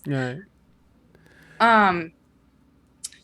So yeah, like it was heartbreak, but I guess luckily it wasn't such where I was infatuated. So maybe they made it seem like I was more interested in him than I was. Maybe would be kind of the only thing. Like some of those texts were fake. There are texts at the beginning of the show where like, you see me holding my phone and you do see those texts.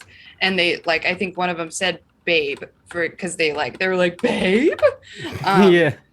But, it was like just, I don't know. I was a teenager and I was talking to someone who was giving me attention. Like, Yeah. No, yeah. I completely. You can't be held responsible for all that.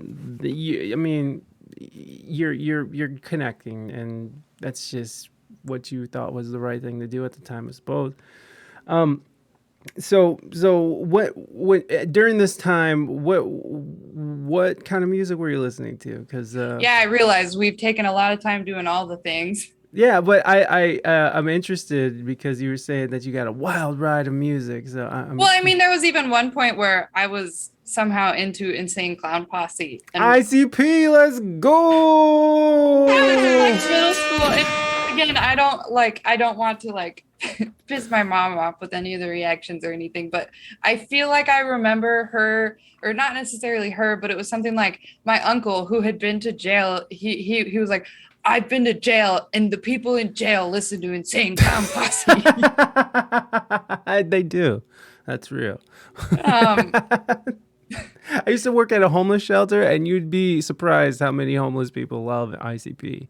It's That's very interesting. It is interesting, and I'm in Toledo, which is like an hour away from Detroit. So like, we got all that. Like the entire East Side at one time was just one big Juggalo gathering place. The East Side Toledo was it was all Juggalos. And see, and I'm very Faygo. sheltered. I like going to Iowa City, which is an hour and a half away, to go to their big mall so we could ride the escalators sheltered. That's tight. Yo, I grew up in a place called Jasper, Michigan for the first 12 years of my life, and we went to Toledo to go to the mall and like, go to the shopping centers and stuff. So I get it. I get it. I grew up in a very, very, and my town was even smaller than that. My town probably had like 2,500 people in it. And there were some kids, and I was drunk. I was 10, smoking pot. It was nuts. It was crazy. It was crazy over there. Yeah, they do drink Faygo. And so did I growing up because we were poor. But in any case, so there was a time where you considered yourself a juggalo. I love this. And in between, kind of before-ish and after-ish, I can't remember, but like, so middle school into high school, I think. And I think again, it was, I'm trying to remember if it was something that I kind of discovered on my own, whether it be like through the internet or if it was someone who I had in my life, because one of the boyfriends I had was very into the same bands I was at that point. Like, because I've seen We Came as Romans. So in like middle school, high school, it was like We Came as Romans, Asking Alexandria, Of Mice and Men, Chiodos. I saw Drugs live when Craig Owens separated from Chiodos and had a little band called DRUGS. And it was just my mom is like, why are you I looked up some of their lyrics and oh wow, were you not allowed to watch like certain shows and listen to certain music? So I heard Rome talking about how he was and no, like I it made me think of nope, I was like, I did not like, I feel like I had like kind of just like the perfect amount of parenting really, because like I had friends who weren't allowed to watch like Disney Channel. Oh. Like, I think that my mom got angry one time when my uncle watched The Longest Yard and I was present. But not like to the point where I can't even be in spaces where that would even be a pop-up thing. Right. So I was around people who, did those things. And I grew up, like, I went to the rodeo before I was 1 year old. That's what Dad told me, Mom. Let me know if that's wrong. But so there's a tri-state rodeo in my town. And so my family would always camp. We lived a mile away, but we would go up the hill and camp in our camper right next to the but ring. There's something fun about camping anyways, so whatever. So there's always like a lot of alcohol and still like, I don't know, gruffness involved in my family. There was a point, although alcohol has been kind of a controversial thing as well, because going from like innocent questions that cause enormous family fights that I just didn't even like, why is this person drinking if they're not 21? And it just caused this entire blow up. And so I was definitely around like, I'm not the most sheltered person in the world, I guess. But, they tried to we not watch like late night shows but I was also, with my neurodivergence and my masking, the reason I got through school was I was a teacher's pet. I wouldn't break the rule. I didn't want to break the rules. Like, and I know that my mom's sitting there probably like, you tried to break all the rules, like maybe not in school, but like under her care, it's like, oh, all the things you tried to do. But in reality, I think I was doing my best to not stick out, because if I stuck out, then that would be bad. And so like, that's why I think that's why I don't cuss, because I drilled it in so hard that, you know, I would tattle on my brother for cursing, but there's no way I would cuss. And then when we got old enough to kind of cuss, it's like, it's not a big deal. And I'm like, I can't do it. I've already substituted these places. Like I've already substituted this now. And so I would, you know, but it's funny because the music, the lyrics of all the things I ever listened to, the lyrics have never come into play for me. Like maybe I would like associate with them, but more often than not, like I have Facebook photo albums. I don't know if you remember the time where people would upload, you know, an album of 50 pictures of their face in different poses. And then in the captions, I would put song lyrics. I would break down a song caption by caption. So we got some Hawthorne Heights in there. We've got some maybe Interpol. And the lyrics just like, sometimes they like, I have No Lies, Just Love tattooed on my ribs. And that is a song by Conor Oberst with Bright Eyes. I love Bright Eyes. Bright Eyes, I like to say, is ultimately probably like my favorite all-time band. Really? And it's even hard, and he's even hard to listen to today, which is weird, and I don't understand. Well, did you hear what's been happening with him lately? I know he didn't go to or left early from a concert or something. Yeah, I haven't. It's been a pattern. They've been blaming it on drugs and alcohol, which is really sad because, like, I mean, I followed his career pretty closely, and like I had a subscription to Rolling Stone, and he was like at one point that was Rolling Stone's like poster boy for like indie folk. Like he was the next, you know, Bob Dylan, and he was a prodigy from a young child, and he grew up in the Midwest as well, and Yep. So it's pretty sad to see him like that. I feel like that was just so much about of my you know, my younger days and trying to find my way in the world. I lost it when freshman year, a teacher who was fresh out of college, so she was new to the district, and I was getting to know her, being my teacher's pet and stuff, and she knew it. Her favorite song was Bowl of Oranges, and I lost it because a teacher of mine now is like,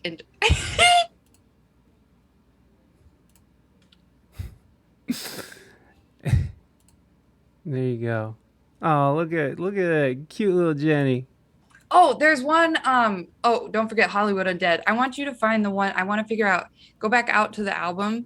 Oh, you're gonna have to scroll all the way down again. That's all right. This is what happens when I'm trying to look for pictures. Yeah. Okay. We need to find the ones with the albums. So not Casting Crowns. Up a little bit more. Up a little bit more. I'm Not a Thief. I'm a Treasure Hunter. Cthulhu by Acacia Strain. The skin around your mouth. Like. Look at those braces. Oh, you're so adorable. You're so adorable. Look at that. Oh, look at those little eyes. Those bright eyes. Well, I had blue eyes, so we had this really bright LED light next to the computer that I'm like, it makes my eyes look nice. My mom. That's your mom? No. Oh. She in chat. Oh, your mom. Oh, I'm losing it over these pictures. Yeah, they're very adorbs. Look at you. I was like, that's your mom? Oh my God. No, my cousin looks more like my mom than I do. I got you. Okay, this is but you know, history, just folks. like the same thing over and over and over and over and over and over and Till over I and figured over. you out.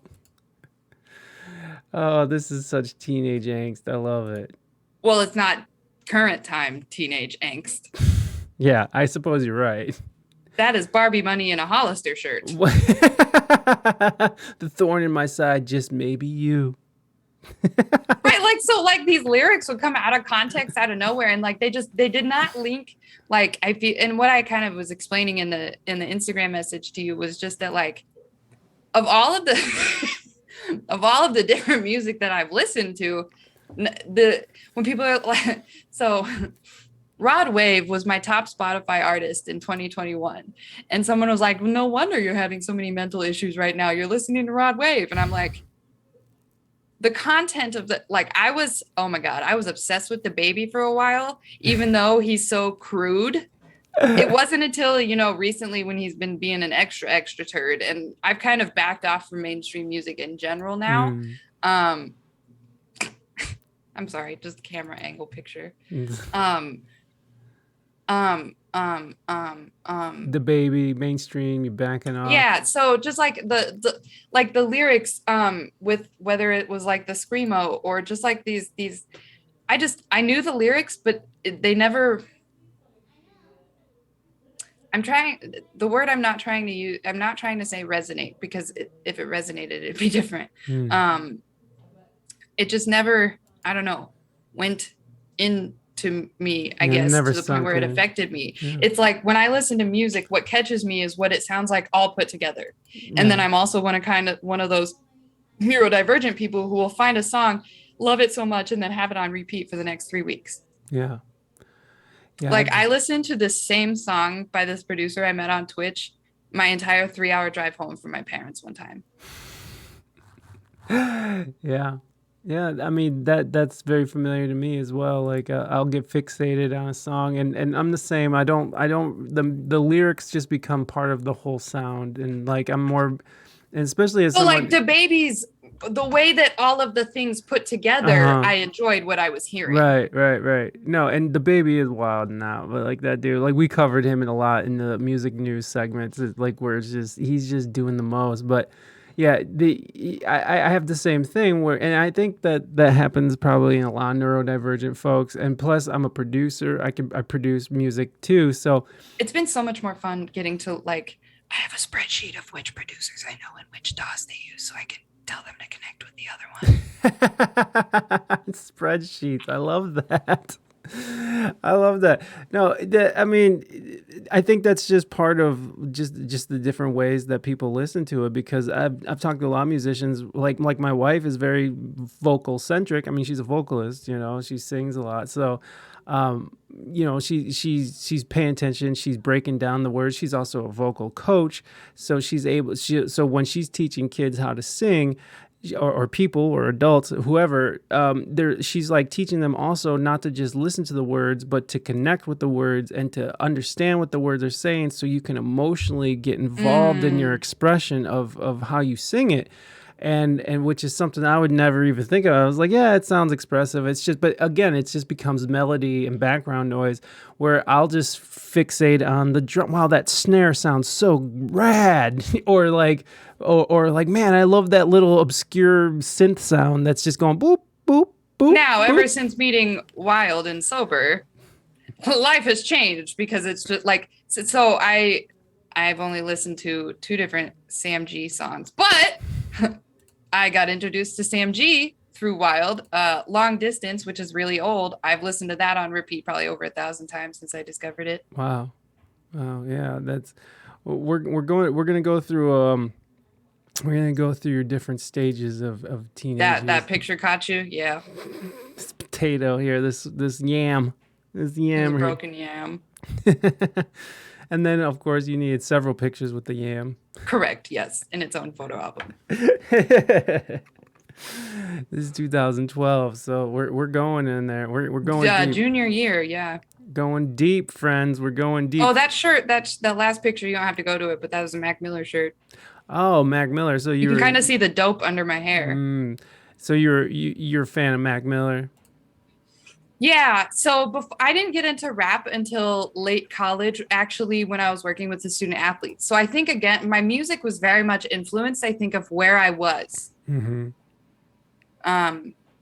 Oh, yeah, freshman year of college. This is 18-year-old, right? 18, maybe 19? Yep, So when we were moving in, there were girls on my floor who knew who I was, because at the beginning of my episode, we had a house divided flag, half Iowa Hawkeyes, half Iowa State. Oh. And so some girls like came up and they were like, "Are you the girl that was on Catfish?" Nice. So people would take pictures of me at the bus. I caught people taking pictures of me in like one of the food places one time. I went and approached them, and then they ended up asking for a picture with me. That's amazing, actually. I mean, did you enjoy that kind of attention?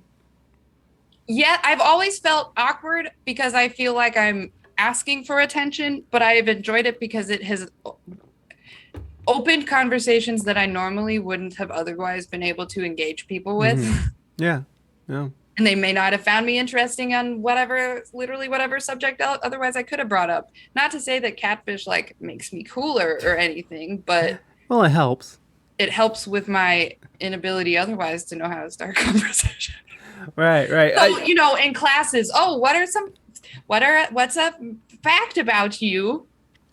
You're like, well, let me just tell you.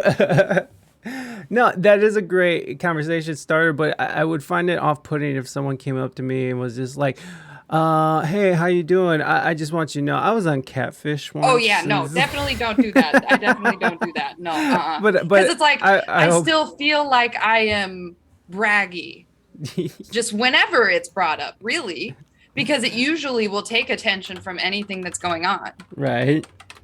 And so I'm like, oh God, I didn't mean for you to like completely abandon everything you're doing right now to go look this up.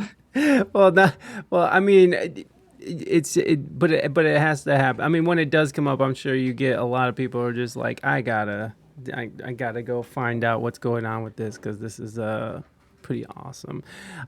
So where you at with music now? Where do you live? You stated in Rome's thing that you dig on Hank Williams Jr. Are you big Hank fan? So regarding the rodeo, so we would always camp up there with family, and that big fire ring, having the campers, having the horses and stuff, just everything. And then also our family reunions, we camp at my great grandma's, who they are both grandma and grandpa, great grandma and great grandpa have both passed now, but she had like 6 kids, and then they all had at least 6 kids, and then so it's one of those, and then we're all on their farm camping. And so a lot of country, and so the rodeo had a concert every year, so like Little Big Town or Rodney Atkins or I can't even Reba McEntire, just a lot of different like big country names would come through just each year over and over, and I would always have tickets. And then sometimes when I wouldn't have tickets, like my dad will be working the rodeo week or whatever. Are you just stalking my friends now? Yeah, well now let's see. Because fun fact, they were my best friends for the first 3 years of college. It's her and her twin sister, and we lived together, and then they moved away, and we were still friends. And then one time after they didn't respond to me for a whole year, they said, I was like, why aren't you guys responding? And they're like, sorry, we just decided that you have a lot going on, and we would rather not be friends with you. Oh God. So, ew, get out of here, Anna. And Raymond. Wherever you were from. Oh, look, but you liked their picture from 2016. Well, yeah, because they were my friends until they weren't anymore. Look at in 2018. Well, so because I lived with them, and then they just weren't. Oh, and then the likings stop, and they stop after that. It looks like this person hasn't used that. Maybe they died. Are they still alive?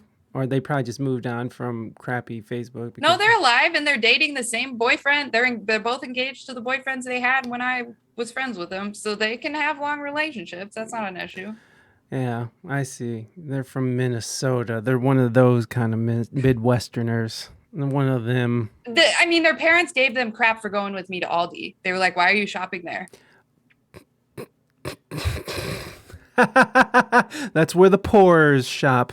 Never shop there. Like, what? That is so odd. That's an odd thing to get mad about. It's like, why did you go to Aldi? How dare you? But they lived like next to me on my floor. These were a lot of people on my dorm floor. I mean, there were definitely a lot of fake friends. My mom was even kind of concerned when these girls were being consistently nice to me and, were willing to live with me, because it was like, are we sure they're not just using you type thing? Wow. And they seemed to be very genuine, because like we had like a 5-6 year friendship. They came down to the rodeo because they liked country music, but like they met my parents and stuff. Like, look, the rodeo club right here. Monday nights at 7 p.m. Y'all, let's get into it. Well, that's up here. They have rodeo too. They got rodeo. Look at you with your sinuses. Oh yeah, I got my tonsils out freshman year. Oh Lord, that's pretty late to get your tonsils out. Well, yeah. I'm not judging. It's just that's kind of like. I was gonna add to it, and then I just didn't. Oh well, please do. I interrupted you just to judge. No, it's okay. I was just gonna say that like another just like lame experience is I was getting bronchitis like over and over and over. And after I called for like another refill, the doctor's nurse was like, the doctor wants you to come in because he thinks that this might be more than just bronchitis, implying mental health. Oh. Wow. So I got a different doctor. So you can go to my Catfish. Go back and go to my Catfish pictures. Really? A little bit down further from my graduation. That Catfish in Cali. Boom. They bought me a new camera because I was using my iPad to take pictures. It's like, don't do that. Well, I mean, that looks like a nice So camera. I was taking the pictures with the camera, like, oh, camera. Wait, where's the camera? Oh, Well, that's I was playing with the focus because you know back then that's really nice. And you're like, hey, we're gonna. Because look at that old phone. Oh my God, South San Francisco. Is that where he lived in South San Francisco? Must have been. I didn't have my bearings. You know those people in South San Francisco, jerks. I love San Francisco. I really do. I spent some time up there. Not a lot, but some good time. I haven't been back. The furthest west I've been is I went to Washington State last year. Otherwise, it was going to be Colorado, and that would be by car. Oh man, Washington State is awesome. I went to Spokane though, not Seattle, but it was still great. Spokane is great. Spokane has, I would say Spokane has Toledo vibes. Like it seems like it's like when I was there, we were van lifing, and it was their art scene was just blowing up, and they were they kind of like it just seemed like industry came and went, and it was like one of those towns that sort of and then just left all the red people. Yeah, and just left it. Yeah, that too. And it did seem like it just had like a very what was it, like deserted vibe, you know, lots of blight. And but you know, like I don't know how it is now. That was a few years back, but it seemed like it was coming up when we went through it. But I don't know what happened to it now. Who knows what's going on over there. But we're actually going to Seattle here in August because Reina's doing a whole festival out there. Yeah, So, I heard. yeah, there's things happening out there. Grundy Palooza, let's go. Venom's trying to get me to the UK. Who? Venom? Venom. You should. I mean, just go. I don't even have a passport. Oh man, why didn't you get a passport? Why don't you get a passport? I've never needed one. The one time I left the country, we crossed the bridge from Michigan into Canada for like a day, and it was right before we needed our passports From Detroit? to do that anymore. Was that the Ambassador Bridge in Detroit? In Detroit? Yeah, is that where you crossed over? No, Sault Ste. Marie. Oh, okay. Nice. So Lombard okay, Street. so Lombard Street? Mhm. Yeah. So we have Snake Alley in Burlington, which is just as like the windiest or whatever. Snake at like their level. This one is not better than Snake Alley. So it was cool to see the bigger version of it because we also have the same road basically. Roscoe and I drove down it for driver's ed. Ooh, well now we gotta say, hold on, Snake Alley. Hi, Roscoe. What's up, buddy? Good to see you, man. I think we only communicate on Instagram. Snake Alley. There it is, everyone. So if you thought that San Francisco was the only one with a weird, get out of here, turd. There it is, everybody. Behold, Snake Alley. Is everyone beholding? I don't know if you're beholding hard enough. My ADHD missed that one. Oh, it's okay. Snake Alley sounds like a bad place full of snakes. Is there snakes in Snake Alley? I don't think so. Oh, well, that's a letdown. I was really hoping there would be some snakes in there. You had to like bat them off with like a stick or something. So, oh my goodness, you're going through the pictures. So that ADHD'd us away from Hank Williams. Yeah. Yeah, it certainly did. So yeah, so you're here. Let's go. Let's okay. This is how people never get anything done. Is they have the internet open. They got things looking. So let's hit this Hank Williams Jr. thing, and then we'll talk about ending. How about that? So what's Talk going about on? what? We'll talk about ending this because we've been going strong here for a bit. Yeah, So. and then you can have me on to talk about the actual peer support. What the peer what? Sorry, I just didn't want to because I contributed to taking the actual peer support, the actual mental health that I do today. Whoa, no, let's talk about that. Let's talk about Hank, and then let's talk about your peer support because you do offer a service, right? You do sort of. Yeah, so I offer one-on-one peer support. So again, a peer is someone with lived mental health experience. Mm-hmm. Peer support would be a peer using their lived mental health experience to help support others. A peer support specialist is someone who has gone through extra training to essentially learn how to listen to understand, listen without judgment, help kind of confront maybe negative thoughts or biases, problem solve, also navigate like health systems and stuff. So like figuring out like insurance and just finding different services and resources. And then just kind of in general, like support. Oh, also helping if you want like to make like a plan to kind of like I call it kind of like a life plan, but it's action planning for prevention and recovery. And it's just like, daily tasks, daily moods. What do you need to do every day to keep yourself well? What are the things you'd like to do to keep yourself well? What are the things that you what are the things that help you when this thing happens, and then warning signs of this thing, and then what to do when this thing happens, and then warning signs of breaking down even more, and then how to relinquish your control to someone else, but having all of your words so that they don't go to the doctor you don't want. They don't tell the people that you don't want them to tell about this thing. They don't give you the medication that you don't want, and it's all written in your own words.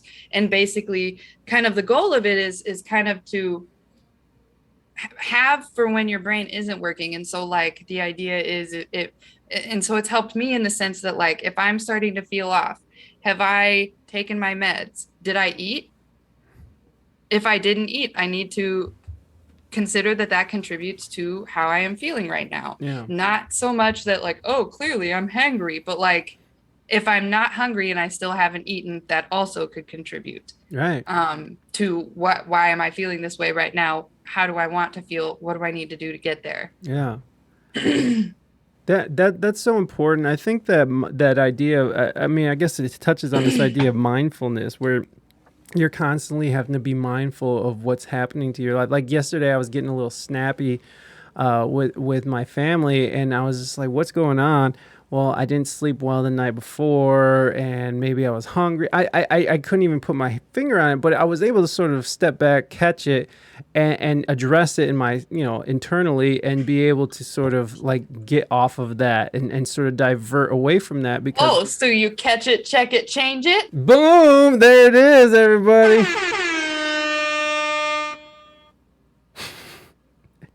Exactly. I think that's like it was such a huge thing for me to figure out that you got to really be mindful, present sometimes when you're going through these, just because it becomes patterns and habits that you just sort of ingrain in your head, and even being negative, like or talking bad about myself. That was like a very, very everyday occurrence. Feeling like even if you talked positively about yourself, it wouldn't matter because you just don't feel like talk. Like that's the biggest thing for me. It's like I'm a little bit better now, but I think the thing that makes me different is that I'm very aware of how I used to feel when it comes to hearing certain phrases or like it can get better or work on mindfulness or work on these, because it's all these words that have no indication of what it feels like to go through or work on or whatever. And so I feel like I always kind of tend to preface like, I know what you're going to hear me say or what you're hearing me say might piss you off or might make you feel uncomfortable, or it might be like, oh no. And it's like, hear me when I say that me doing this or kind of implementing this has gotten me to this part. So instead of just being like, it can get better, and you do that by taking care of your mental health and taking breaks and setting boundaries. And it's like, I get irritated when I hear just like a phrase of wellness in relation, just like straight off sometimes, because I'm like, I feel like you're not considering all of the things that are in my life right now. Yeah. Yeah. Sometimes I get that from my therapist, and I'm just like, I don't think you're listening. It's like you're just saying things right now, and it's not addressing the issue. But it is like one of those very important things that you do sort of have Once you to get do. on the other side, you're like, Right. You get it. And you know what was weird? I was into I do meditate still once in a while, but like I was really into meditation, and there would be a mantra where it's like I love myself so I can love other people. And that was my mantra for a long time. And looking in the mirror and literally, I know it sounds so stupid, but it'd be like, you're beautiful, you're worth it. And like saying those affirmations and doing it to me, and especially I'm cynical, and I can be dark humored, and I can be dark, and I can be hard on myself, but I would just be like, you idiot, are you serious? You're going to sit there and tell yourself that you're okay and you're fine?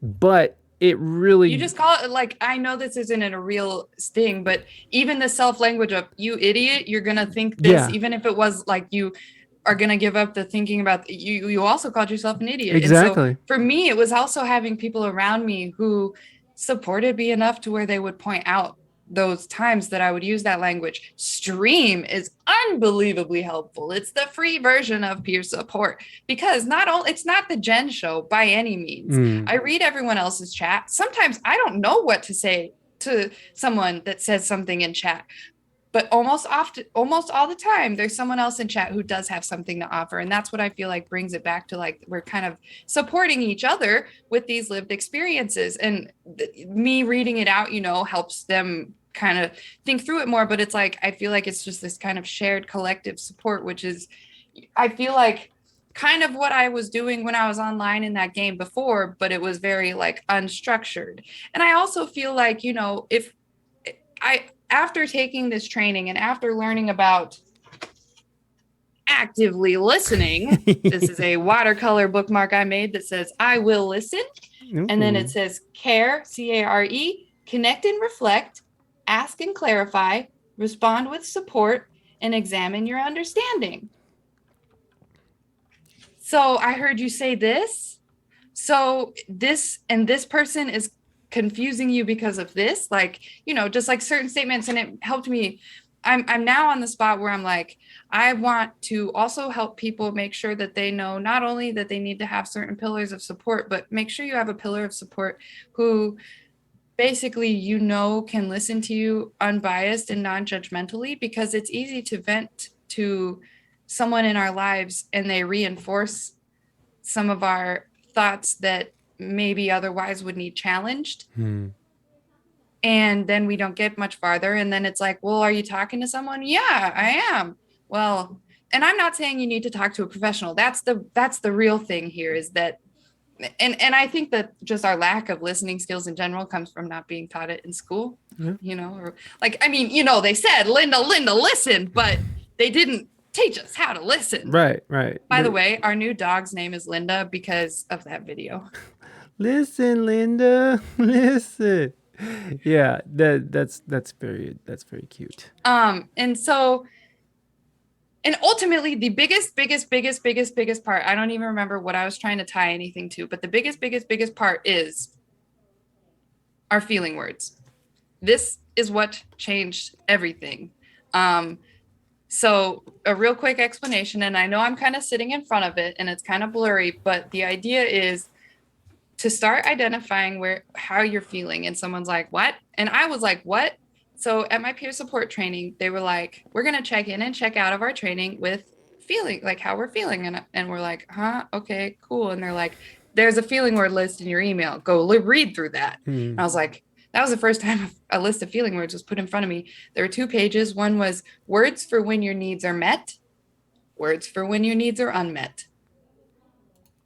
Simply put. The first few days I was reading through it and I would pick kind of like uncomfortable, unsettled. But as I started reading through it more, this has been the most impactful for me is checking in. I've developed mindfulness, not through meditation so much as like checking in with my feelings, in the sense that I started to learn that even though I'm feeling really overwhelmed or really discombobulated, I notice I'm also still feeling optimistic or hopeful. And ever since I was able to like break through that and realize like there's more than this overshadowing heavy feeling, like we feel all the things all the time. The only constant in life is change, so our feelings do change. And that has kind of like unlocked this mindfulness that I and I don't even call it mindfulness. I don't use that word very often, but this thing that I would just want to keep sharing with people because it's so simple and so basic that why has no one else had this many feeling words in front of their face at any one time and been asked how they're feeling? Yeah. Period. Like not going beyond, not going into any trauma, not going into any incidents, just simply put, how are you feeling? I want to know the answer. And can you use a word better than good? Fine. Not good, not fine, not alive, not surviving. I'm here. Right. But like we use those. And so that's where the whole breakfast, wrong one. That's where the whole breakfast and feelings thing came from, because it was like, did you get a chance to listen to the lyrics of that song, of my Just Be You song? No, I'm sorry. I was getting some other stuff prepared for this. It's okay, but there's a we line can in there listen that's to it if like, you want. pick an emotion or make one up while sitting with your coffee in your favorite cup. Let them all out by describing your mood. Just don't be lazy and say I'm good. That's a great lyric. Don't be lazy. Yeah. But my opinion has changed on using the word lazy, because now I believe that laziness does not exist. Oh, what? Why? Why doesn't laziness exist? Well, let me get my book out with all the sticky notes here. Laziness does not exist. This is what the book says. This is a book. Because laziness is the big lie. Because capitalism. What about them dang old welfare queens collecting checks? Essentially, like, tell that to my you are not being productive right now. Yeah. Why Lazy. aren't you producing? Yeah, produce, get to work. What are you doing? If it's written down, it must be true. I know. When I grabbed that book, I realized that doesn't necessarily justify why I believe that laziness. What do you think would be a better option than capitalism? I'm just curious. I'm not good at politics. Oh, and I've also learned that about technically the idea of capitalism, we in the US don't necessarily use capitalism so much as we use productivism. Yeah, produce or else you're useless. Capitalism still cares about their workers' health. Yeah. Productivism does not. Yeah, because we're definitely, it's definitely built on the back of like literal like slaves in China and stuff. So it's not the greatest.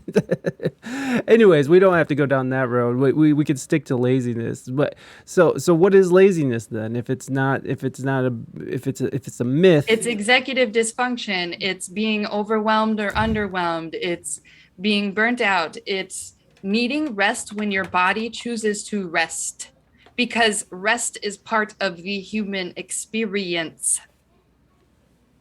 Wow. Did you know that humans are only productive for about 3.5 hours a day? I forced or myself. on average. Oh, on average, I could see that. I forced myself through those. Exactly. I'm gonna force this. I'm doing it, even if I don't want to do it. I'm doing it. Ugh.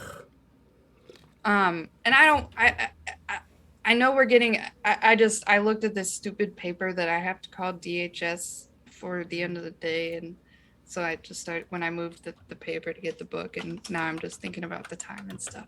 Okay. Yeah. Well, we can end soon. I know. We're hitting that mark. So, yeah. But please finish your thoughts. Well, thoughts about laziness or thoughts about the peer supports? Either one. I mean, I think it all ties together though, right? Like, so I guess like I bring up that laziness does not exist book, and I brought up the Chop Wood Carry Water book, and I have another book called Sit Down to Rise Up. How self-care can change the world. And if you think about it, it's like, oh, self-care, self, and I can change the world by caring about myself. Me? Oh, but we were never taught that we even had time to do that. No, it's get What back we to work. consider self-care is actually self-recovery. Yeah. We are not preventative here. Yeah, no, we've definitely been taught to like just subvert those feelings and just keep on producing. You're not tired, just keep going. Just keep going. Drink your coffee. Drink some coffee, and get back to it because you're not producing enough here, folks. You gotta. And so I guess like with all of that, what I've just kind of been doing is, I don't know, collecting resources. I love being a resource. The reason my community is called TheArtHubb is my last name is Hubbs. So that's where the 2 B's for hub comes from. But it kind of made me realize that like I am a hub of different resources, whether it's connecting you to different people or things. And I think it's a neurodivergent thing too, to hear something, not know it, and then go look it up. Mm-hmm. Yeah. Not to say like not other people don't do that. And I don't mean just words, but it's like you hear something and you're like, I don't know what that is. And then you go spend time looking it up. Right. And I didn't realize that other people don't do that. And so I have realized that, okay, that is another thing that is like helpful. And so I like to share different resources. I don't have all the answers at all. But I guess just like kind of basically between like using my own experiences and supporting, but also confronting people's thoughts about themselves. And I guess when I said earlier that like I don't have expectations for pretty much anyone anymore, is really true in the sense that I want to meet you where you are. I'm not expecting you to know any more than what I do, and I'm not expecting you to know more. I don't know why I was saying that like that, because it's not. But like I'm meeting you where you are, and I'm not expecting you to be anything more than you are, I guess. And I just want to like, you know, hear you from where you're at and how can I help you move forward. And even if that just includes being able to like make this call. I've gotten really big about, and I think maybe it's the sensitivities and the overwhelm that has made me just start breaking literally everything down. Like to the point where I have this thing where I do this accomplishment jar, and I did it last year for a full year. So I was successful. But what it was productivity, being alive, being awake, going to the bathroom, brushing your teeth, washing your hair, checking the mail, taking out the trash, all require energy, and all of those things are productive. Sitting up in bed instead of laying down is productive. Yeah. And so I took that and I decided that I wanted to make a physical reminder that even though I feel like I didn't hit 3,000 followers, or I didn't launch my website like I had planned, or all of these big goals that I didn't do last year, I still had an entire full jar of accomplishments and things that I did do. Yeah. Oh, I feel like I didn't do anything today. Okay, I'm going to go write down in all the things that I know I did do. I unloaded the dishwasher. I checked the mail. I walk my cat twice a day now, simply because I acknowledge that it gets me moving, and that's all I like. If as long as I'm moving, it doesn't really matter. And so I feel like I've just broken things down so much more simpler for me. And so because of that, that has been helpful to others because it's helping them realize things that they didn't know that they needed support with. Yeah. It was just kind of there before, maybe making a difference, but they've already numbed that difference because it's just been there. They're used to it now. They don't know what it feels like to potentially be supporting something that you haven't been paying attention to because you've just been trying to survive because you have to pay to live. Yeah. I kind of, you know, like when you say I have no expectations, I think mine comes from more of a negative angle where it's just like, I don't have any expectations for the world because my expectations have already been sort of obliterated over the years. So like, I don't allow. I empathize a lot with the hurt. Yeah. I think. Yeah, and that's great, and you know, and me too. Like just from what I do and what I've chosen to do, having to get a day job in this last year or so, It's like I worked at a homeless shelter and now I work with older people, at a retirement home. So it's like these things that I'm drawn to now is just like, well, I'm just sort of here for the forgotten and for the overlooked, and like that's what I want. In fact, it's funny that you say that, for the forgotten. I like to also say, like, I'm here for the people who fall through the cracks, but also the people who might get kicked out of all the other chats. I've untrolled a couple of people, and I've also had people who came in that majority of my chat at that time thought were trolling me, but I talked through what they were communicating, because I just felt that and both of these people have been in my community over a year and a half now. That's awesome. And they've, learned boundaries, shared all their milestones of their life and stuff, but they came in hot, banhammer hot. But I don't want to let them go just another place. Yeah. If they're going to get kicked out of all the other chats, let me at least try. Right. I know it doesn't always work, but so when you said the forgotten, I like that. That's definitely something that and like as a mobile crisis worker, we got called out sometimes to the halfway house, which is really actually a large building with a ton of locks, and it's basically a prison anyway, for sexual predators who are having suicidal thoughts. Yeah. Everyone else thinks theirs don't matter. Why it doesn't matter? Like, of course they're having, like, their life still matters too. And I know that, that breaks into a lot, but like on the down surface, like I'm here for the people where they are to just help you feel better. Jenny, did you just say all lives matter? No, I'm just joking. I'm sorry. That was a bad joke. Well, I felt like I almost, because there's been a couple times where people have reacted and they're like, you give room for sexual predators?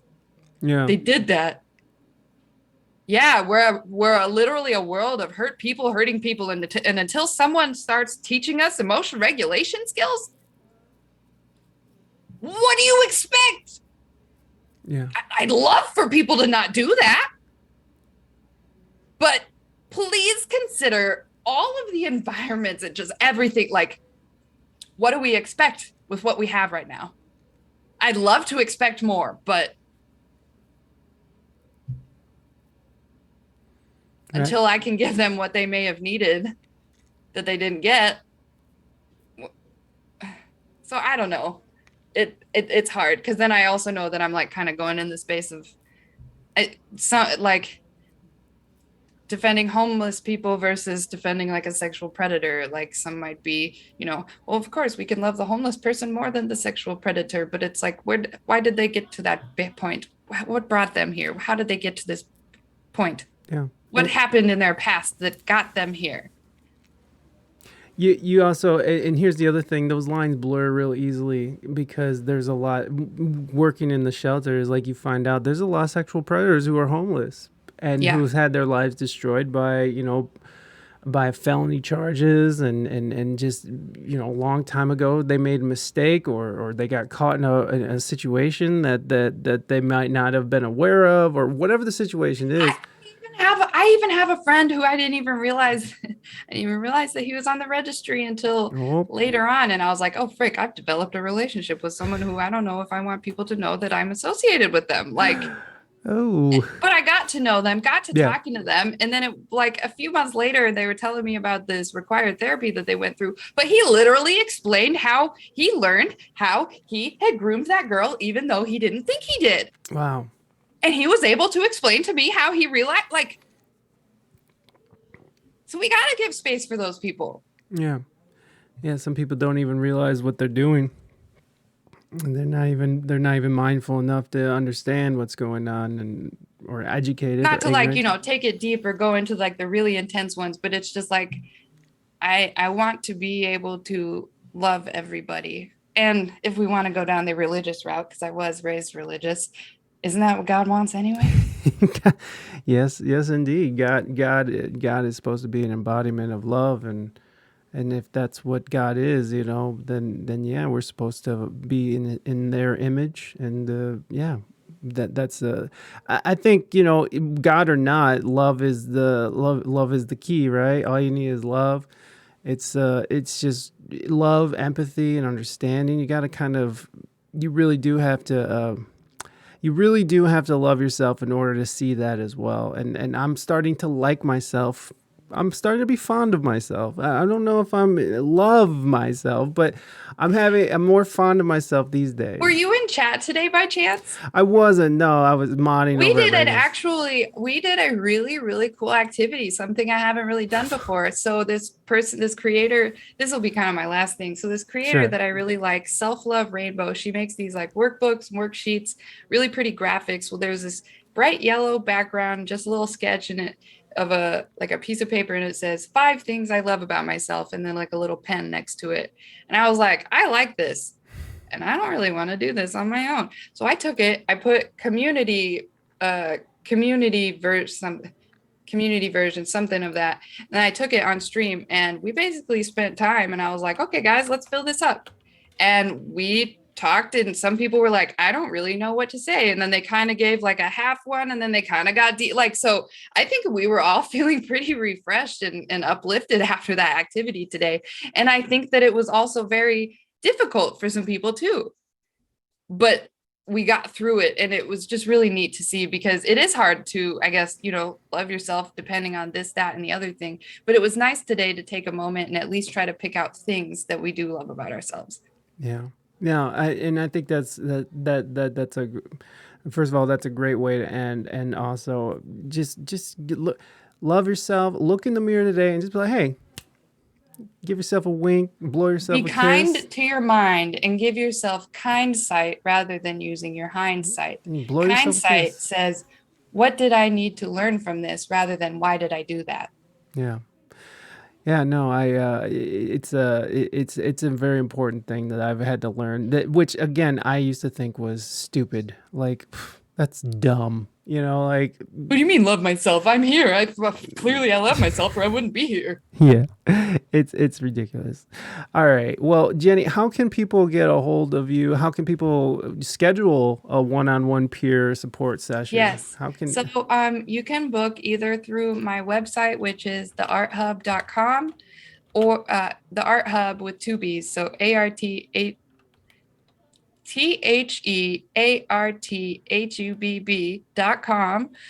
Or you can also book that on Ko-fi or Coffee, the KOFI website.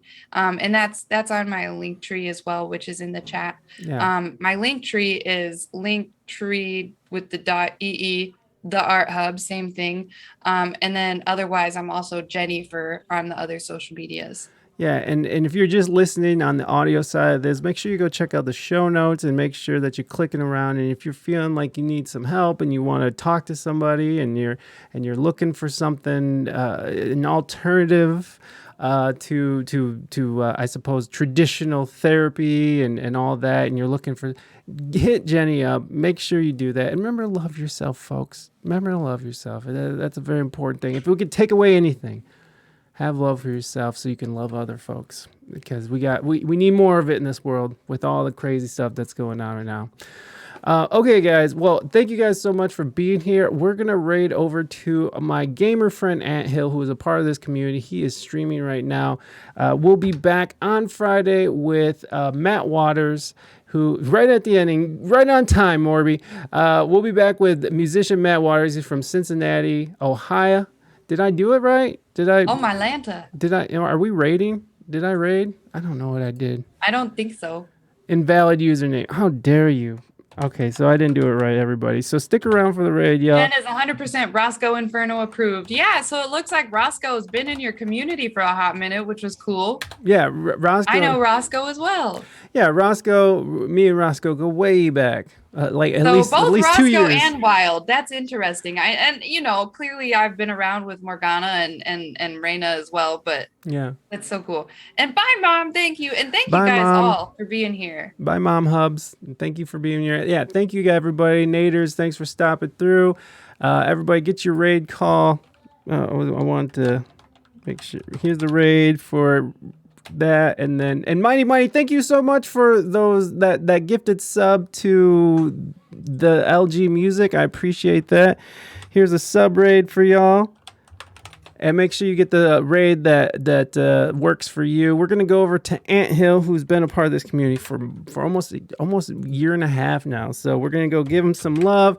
He's playing. I don't know what he's playing. Oh, he's playing music. So we're gonna go hear Anthill play some music, y'all. So we'll be back on Friday, 4 p.m. Eastern Standard Time. Sunday, 4 p.m. Eastern Standard Time. I'll probably take Monday off, and then Wednesday we'll probably be back with the music news and updates. So let's get at it. I hope you guys enjoyed your time here, and yeah, if you guys are interested, come back and or join the Discord if you want to keep up to date with who's coming on. Jenny, thank you so much. I appreciate you. I'll see you later.